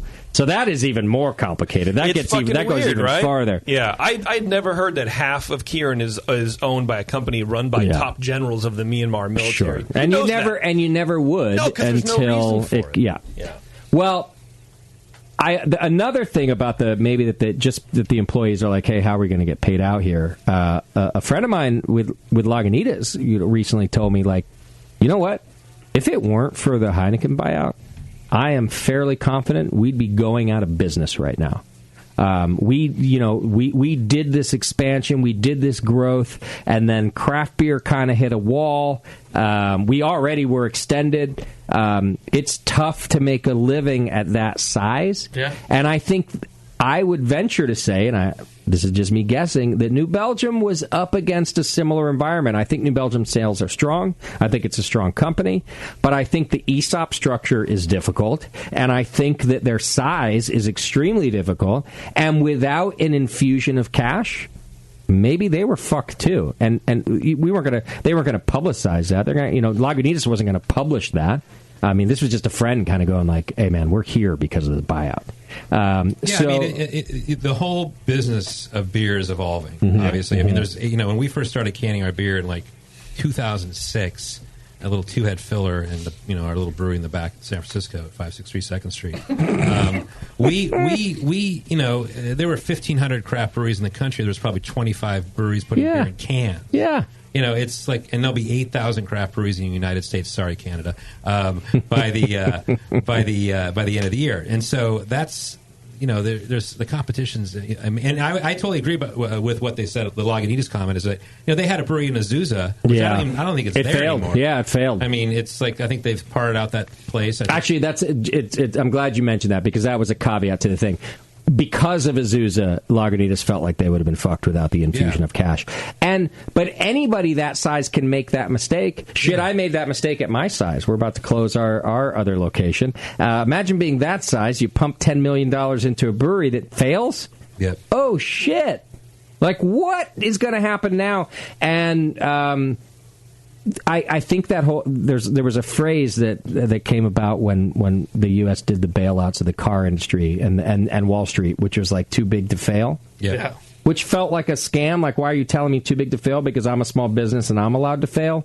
But the truth is, it's a real thing when it comes to like the economy, and you have to keep the machine going. It will fuck other thing. Like it's not just that the ripple effect, and so you're paying for job. And so I'm not, maybe New Belgium's not that, but they're a big brewery that shouldn't fail, and maybe they needed the cash, and maybe the employees decided it was an opportunity. You have to seize those opportunities, especially in today's market of craft beer, which is very challenging. And you look at breweries that have expanded, like to the East Coast. You saw what happened to Green Flash; it didn't work out too well. Right. You see, Sierra Nevada has a big plant out there as well, and so does who else? New Belgium and Ballast has one. Theirs is in Virginia or whatever. And I just think you have to. Stone has a plant there. I mean, they got a big brewery, 250 barrel brew house, I believe. I mean, you just have to, I feel like in some ways right now we're being a bit of a commercial for that buyouts are fine and it's okay. And I maybe want to couch that a little bit by saying, and I think we've always done this, nothing is black and white is what I think we're more being a commercial for. Is that it's so easy to be like, well, you sold out to this and you sold out to that. Nothing is black and white. And unfortunately, the bigger the deal, the less we get to know about the deal. There's all these non-disclosure agreements. Yeah. So all we do is sit around and speculate about who did this and why they did it and this and that. But I think a big takeaway is none of it's black and white. And I know these people. I'm not saying I'm great friends with Kim Jordan. I'm not saying that I was best friends with Jack White. But I know them enough to know that they're not motherfuckers, and they're not looking to screw anybody, and they believe in craft beer, and they believe they want to take care of their employees. I can tell you that. I know that 100%. And so just try not to look at things as black and white. How do you believe in craft beer and then sell your brewery to a large conglomerate? Because you have... because you have 2,000 employees that are going to lose their job if you fail. Well, I don't think it was 2,000 families. I don't think it was that desperate of a thing. You don't know. Nothing's know. black and white. Sure, but that's you don't what know. I'm saying. And I'm saying you don't know either, right? So if they had a 1% dip or say in sales, I think he said that, maybe 2% dip in sales, then you can scale back and you can manage that and come back for it. But what I have a hard time, I think so. I don't think that you don't. But you don't know either. Neither of us know. No, but I will go so far as to say that to talk about numbers like that without ever having been a CEO of a company that has that many employees and what a 2% dip means, I won't even make a statement like you just made. Well, that is, I did. You don't have to do that. Well, I don't think I actually have no idea. I don't think you do. I think there are businesses who do that all the time. You can scale back and you can still stay within the industry. The thing about scaling back, though, is that you have to probably lay people off. Mm-hmm. And so that's that. If you want to, keep, the whole thing is if you have to keep this entity going, that's like taking care of your stockholders, taking care of your employees, and all that. But you have to make decisions sometimes that are unpopular, that are not going to win you points on anything. And you have to do what's right for for the business and for the employees and for the stockholders. But everybody's motivation is different. That's the gray area. The balancing act. You can't just say, and I love you to death, JP. You just can't say there's ways to fix it like this. It's just there's so many market forces and so many things about your business that are acting on you that you have to make decisions that might be unpopular. Look, I'm not saying that I have every right answer, but I am saying I guarantee you there's another way around it without just selling out completely. And the hard part is the duality of the business of craft beer is if you build a large empire like that with saying we're craft beer, we're here for the community, and then you sell out right away. Lagunitas did the same thing. New Belgium did the same thing. They're gone now out of craft, right? It sort of lessens that impact of what being craft means if everybody can just dip in and out, and it changes the landscape of craft. Suddenly craft doesn't mean as much anymore. So what I take issue with is breweries who build their empire on saying what craft is, and then they blow that up and leave because they want to make money for everybody. Good intentions, business intentions, doesn't matter. Yeah. That hurts my feelings more than a brewery. What do I care? One company's buy. I don't buy the beer anyway. It doesn't matter to me. It's a non-issue. But in the industry that we're in, I feel very protective of it. Yeah. And to me, I think that sucks. It's like, well, there was no. That was it. That was your solution, is just to sell. I mean, you start. I don't know. You go into it with one idea, and then you get into it, and then you realize that there's other things that are happening, and you have to act on it. I mean, it's not so.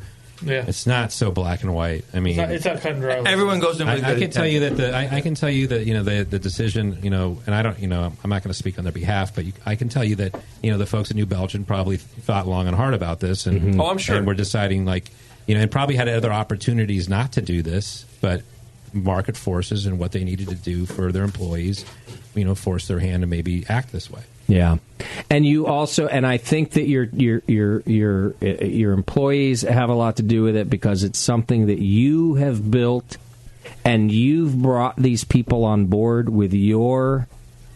All right, I'll stop being vague. So I opened the Hop Grenade in Fort Collins, right? And I brought these people on, and I'm like, we're going to do this. This is my vision, and I believe that we can do this here. And I ended up with this team of amazing people there who believed in it. And from day one, we were in trouble. We're about 2.5 years into it right now. A year ago, last December this time, we thought we had to close. It was a very, very difficult decision of mine. Sully knows about this. I'm calling for advice. Financially, for me, it was the right thing to do to close the doors. Yeah. We were bleeding money.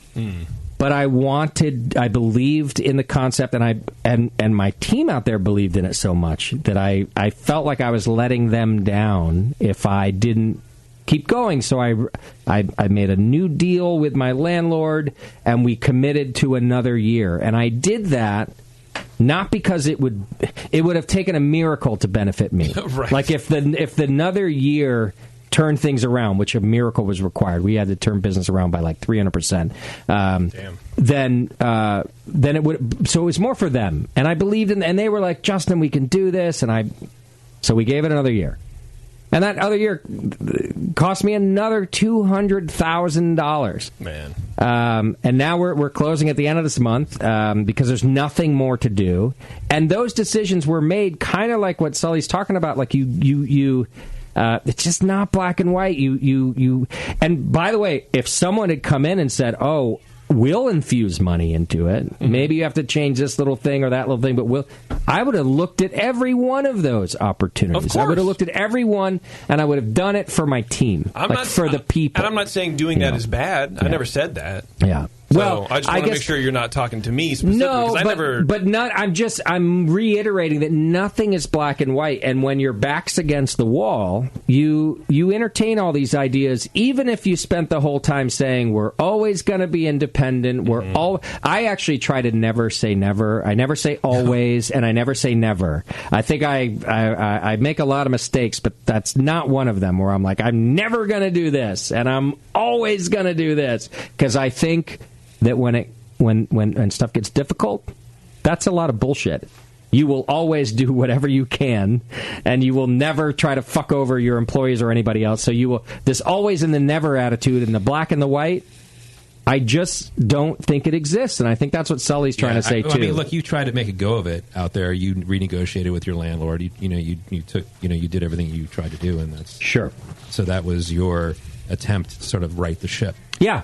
And you do what you have to do, and you do it because you still believe in the idea, even if you have to make adjustments, or you still believe in the team because you sold them on this idea. Mm-hmm. And so I guess I just have I have actually said in the past, I think I'm in line with you in the sense that I've never shunned a brewery for selling out, but I never liked the ones who said, I will never do this and I will never do that, and they sold me on like the craft beer thing. And I think that's a strong point that you're making. Yeah. I've agreed with that. I've never liked that, like, okay, well, now I have to go. You were the one who told me that you're craft beer through and through until you die. Right. And now you're not. So I think people should be careful about their messaging. But short of that, You just do what you got to do. No, and again, I totally understand that. I respect it. I mean, that's business. I'd be an idiot if I thought otherwise, right? Yeah. But like I'm saying, in the context of being in craft beer, where you're growing your brand based on the messaging, and then suddenly the message doesn't matter anymore, for whatever reason, that still hurts. You're protecting your employees or whatever, but it still is like, oh, that doesn't feel very good, especially for everybody who bought into the message your brand was selling. That's not an employee. That's a customer who believes in that, and then news comes out, and you're like, well, then fuck that. That even hurts even more. It's like, it's a whole thing. Yeah. So all I'm saying is, as beer is slowing down in sales, this stuff is going to happen a little more, and I think the term craft beer and that whole thing doesn't mean as much anymore, or potentially it can hurt the brand. I agree that it can hurt the brand of craft beer. Yeah, I agree with that. All right, thank you. It hurts, but it's not a cardinal sin, and it can hurt the brand of craft beer because now we're like, okay, well now I'm just going to take that with a grain of salt. Make sure you don't sell out later. Yeah, I get that. Yeah. All right. Well, that's our beer news for today. Wow. Well, I'm sorry to hear about the thing, man. That sucks. You know, it's a bummer. I'm over it in the sense that it's been going on for a long time. It's time to move on to the next chapter in our life. Yeah. I am, if anyone out in Fort Collins is listening, I have the best team I ever could have asked for. When it came up that we had to close, some of them were like, wow, we wish we could have done something different. And my answer to them was like, you know what? I totally wish it was your fault. I could have fired you. I could have replaced you. They work so hard, just day in and day out. And man, like they're not making tips because no one's showing up. And they still all the time were like, Justin, we love this company. We love your ideas. Like they were just so supportive of what the Hop Grenade is and why we started it. And I could not be more thankful. I will be out in Fort Collins. Our last day is on the 28th of December. This is another thing I decided to do different. A lot of times when you close the doors of these things, like employees just show up one day and like the fucking doors locked. Right. These people were so wonderful to me, and the town was also very cool that I just couldn't do it. So I actually went out and gave them the longest notice possible, which business-wise is a really dumb idea because everyone's got to go get another job. Like how do you keep the doors open? Yeah. These people were like, we're with you, man. We're with you till the end. That's awesome. We're actually throwing a party on Saturday, December 28th, because that's what we do. We like to party. And free beer for everybody. I mean, there'll probably be a fair amount of pints given out. It'd be nice if you buy some of it, too. Yeah. We've got some inventory to go through. But Saturday, December 28th, all day long, I will be there, and my team will be there. Nice. And we're there, actually, not to be sad, but to thank Fort Collins for having us. And I'm looking forward to that day. We get to thank our regulars and have a good time. But yeah, it's what it is. I'll tell you this: you can't pay for that fucking education. I've learned a lot. Right. Boy, have I learned a lot over the last 2 years. Oh man! So come hang out with us on December 28th. I will see you there. When you get there, I hope that maybe you've manscaped because maybe you're going to get laid that night. Bro, it's a huge college town, right? There's a lot of people. Oh. It's a college town. Who knows what could happen at a hop? We've never had a Hop Grenade closing party before. That's true. This could be off the hook. If you go to manscaped.com right now, you can get their. You should probably buy it for people need it too. The Manscaped Perfect Package 2.0. Yeah, I was just trying to think real fast about what like a man in what period of his life needs it more than in the other periods of a life, and I can't figure that out. It's basically just from your 20s on, right? And sometimes you don't, and sometimes you do. Right. I'm just blown away by that segue. Thanks, buddy. I'm a fucking professional. Goddamn professional for crying out loud here. He just poured his heart out. Literally, your closing. Turn that right into junk talk. That's what. Wow. That's my special skill right there. Get the Manscaped Perfect Package 2.0. It has the crop preserver, which is an anti-chafing ball deodorant and moisturizer. Right. Also, it has the crop reviver, which I've used recently. Is that so you can go a second round? You or? You just like if you can't shower, but you need to clean up a little bit. It's like a wipe. Because you're stinky. Oh, really? Okay. I was going to say something in else, case but you're in the it's Bay a spot. Area for 4 days. It smells nice. The crop reviver smells nice. Yeah, I used them, and then of course. Just the other day, right. I just did it for fun. I wasn't. Sure, I didn't. funsies. My balls weren't even getting used, but I was like, I got to try these things. Getting used. Yeah. They weren't getting stepped on with a 9-inch stiletto. But I think most importantly, it comes with the Lawnmower 2.0, which you can shave the whole thing, the whole area. Yeah. No cuts, no nicks, no nothing. I love it. You don't even have to batwing the thing. You don't even have to batwing. You just run it across as if you're running through a field. That would still freak me the fuck out, man. I think I would still try. I was worried too. Yeah, I did it. All right, just like I was frolicking through sunflowers. Damn. All right. Oh, I've never done that before, but it sounds truly the most disturbing image of my existence. Really, because sunflowers are 10 feet tall and their stalks are 3 inches. That would hurt. Sunflowers are kind of pointy. You manage to make this weirder every time.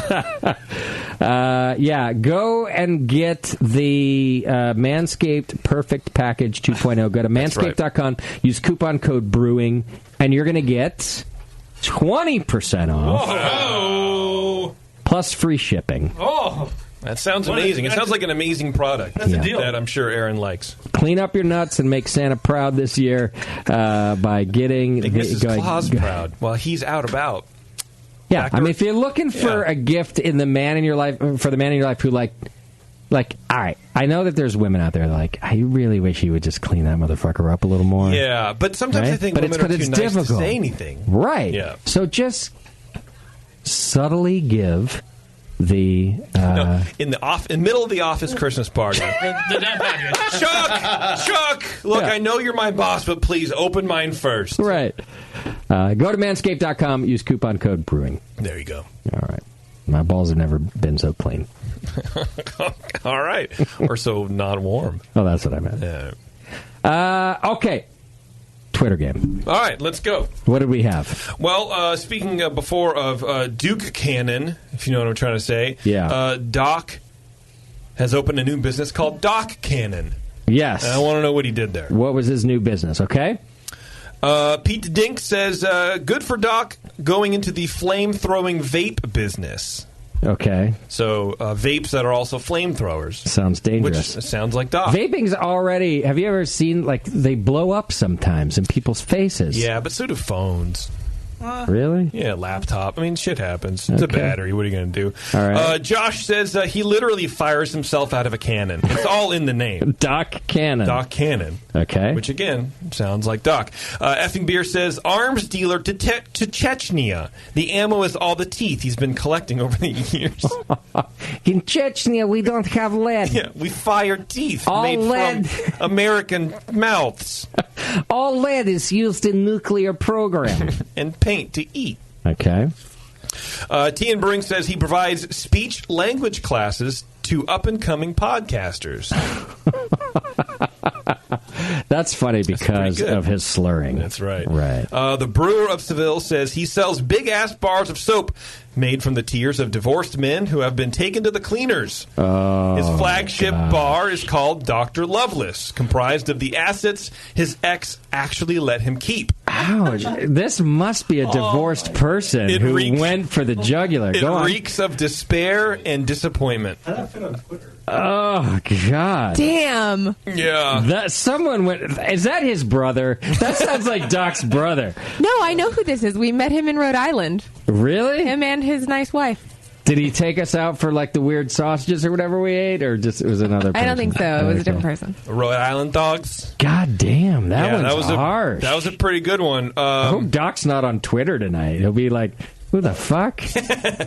And last but not least, Adam says, when divorce is imminent, Doc arrives at your house like the cat in the hat and loads up anything you want to hide from the lawyers and shoots it across the neighborhood to your best brew buddy's house.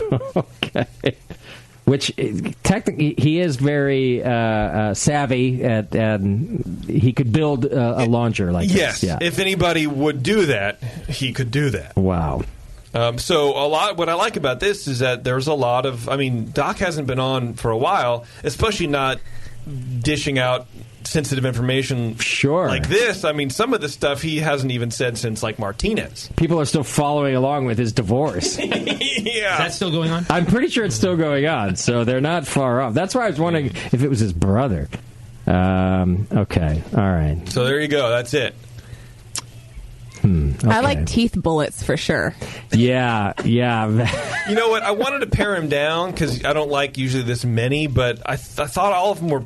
I wrote them all down. Good. I usually like weed them out from when you don't. Yeah. I still wrote down every one. I think you're right in this case. Yeah. I'm gonna get rid of language classes, even though I thought it was funny. Okay. Just because we got to do that. Big ass bars of soap, which basically culminate in the scent of despair and disappointment, made from the tears of divorced men. Yeah. I'm leaving that. I'm just naming it. All right, I'm going to get rid of hiding things from lawyers and shooting them out of a cannon to your neighbors. Although it's good. Listen, whoever, good job. There you go. Firing himself out of a cannon. I like the simplicity of it. Yeah, it's very obvious. All right, let's get rid of the flamethrowing vape business. That's not going to happen. Now I'm going for realism. That's not going to happen. It's probably going to sell it out anyway, so go ahead. Local regulations wouldn't allow that. So we're down to 3. Firing himself out of a cannon. An arms dealer using teeth in Chechnya. Mm-hmm. And then big-ass bars of soap made from men's tears with a scent of despair and disappointment. That's got to win. Come on. Yeah. Sully, what's your vote on that? You're divorced. What do you think about that Tears one. I like the tears one. You like that one? Yeah. All right, well, there you go, everybody. Sorry, buddy. Fine. It's not too soon. You got over it a week ago. Exactly. I'm back in the hole, though. Thank you. Oh, no. Well, you and I can talk then. We'll be fine. All right. Thanks for playing along. And what else? Thank you to Block 3 Brewing for coming in the studio with us and hanging out with us today. I appreciate it. Great beers. I hope you had fun. I hope you go back to Canada saying at least one nice thing about your trip to California that doesn't involve guns. Yeah. Or being back in Canada. You know, last time I went, I crossed the border. It was over on the Vancouver side. Get to the front. Canadian customs agents are so much fucking cooler than U.S. ones. And I get to the border, and he asked me a couple questions, and he, says, "Do you have any guns with you?" And I say, "No." And he goes, "Well, then where are they?" And I'm nervous because it's customs. Yeah. He's like, "I'm fucking with you, man. Everybody in the U.S. has guns, right? Like, where are your guns?" And I was like, "You're fucking hilarious right now." You got me good. Coming back in, I get yelled at. I got brought into a private room. Really? Well, They not stole your quite, but it was banana? bad. They stole my banana, my tomato. Stole your tomato. They stole my tomato. Because you can't bring it over for regulations, or we don't have took it tomatoes from in Canada. They both. Okay. All of those things. Yeah, I bought the fucking thing in America. The tomato, I was only there for a couple of days. They were just mad at me in general. We got in a fight. It was a fight. That's weird. It seems like that happens a lot. I get angry sometimes. You fight travel. Should we call Steve? Get you back. No. I had another team of them, remember? One of them fired me. Okay, all right. The other one didn't fire me. I just don't see him all the time. It's fun. All right. That's it for today. We've got one more show of 2019. Very happy about this show. And I think that Bevo is going to work on a little surprise for us on that program. I'm already working on it. Already working on it. So it might have a little surprise for our final show of 2019. Okay, all right. Who's on with us next week? Is it Sully or Dr. Show, not Dr. Sully. I think Teresa next Teresa's week. on. I sent my schedule. I sent my You did send the schedule. schedule today, actually. Yeah. I didn't memorize it, sorry. Well, okay. I didn't either. If you're free, and even if Teresa signed up, you should come out too. So I'm just putting that out Really? there. Well, I mean, just for fun, Santa going to be here? Yeah. I'm gonna just JP as Santa. If you make it out, yeah. There you go. Really? You'll be Santa. Because he's old. That was hurtful. Yeah. It wasn't very good either. I apologize. Yeah, next week is actually Teresa. You're like, usually when they're hurtful, they're funny. Yeah. Will there be gear? Yeah. There will be beer and Charlie Bamforth. There we go. Oh. All right. Thank you, Block 3. Thank you so much. And Graham's falling asleep over there. He's like, fuck you guys. Graham was loaded when he got it. We didn't even talk about that. He was... I mean, also in his defense, though, it is 3 hours ahead, right? Yeah. Are you tired or drunk right now, Graham? What do you think? Both. Yes. He's like, yes. That. Yeah, whatever you said, yes. All right, guys, I really do appreciate you being here. Yeah, thank you. All right, JP, get us out of here, will you? Right. Thanks, everybody. Thank you to our show sponsor, More Beer. You can get absolutely everything you need to make great beer at home by going to morebeer.com. Kevin and Graham from Block 3 Brewing Company felt the freedom of breathing American air as they joined us in the studio all the way from St. Jacobs, Ontario, which I'm told is in Canada. I don't know. Join them over at block3brewing.ca. Do you have extra money? If so, head over to patreon.com/earsup and support JP in his quest to become supported monetarily by you. If you love Twitter and homebrew, follow Nate Smith at Nathan Homebrew, Mike McDowell at Tasty McD, and you can unfollow Warren at Another Beardy. Fuck that guy. Keep track of JP over on Instagram at Major Jip, and you can find Bevo there as well at Beverly M. Moore. Be sure to find the Brewing Network on Facebook, Twitter, and Instagram. JP's an asshole. Justin's a nice guy and winning the race. JP does.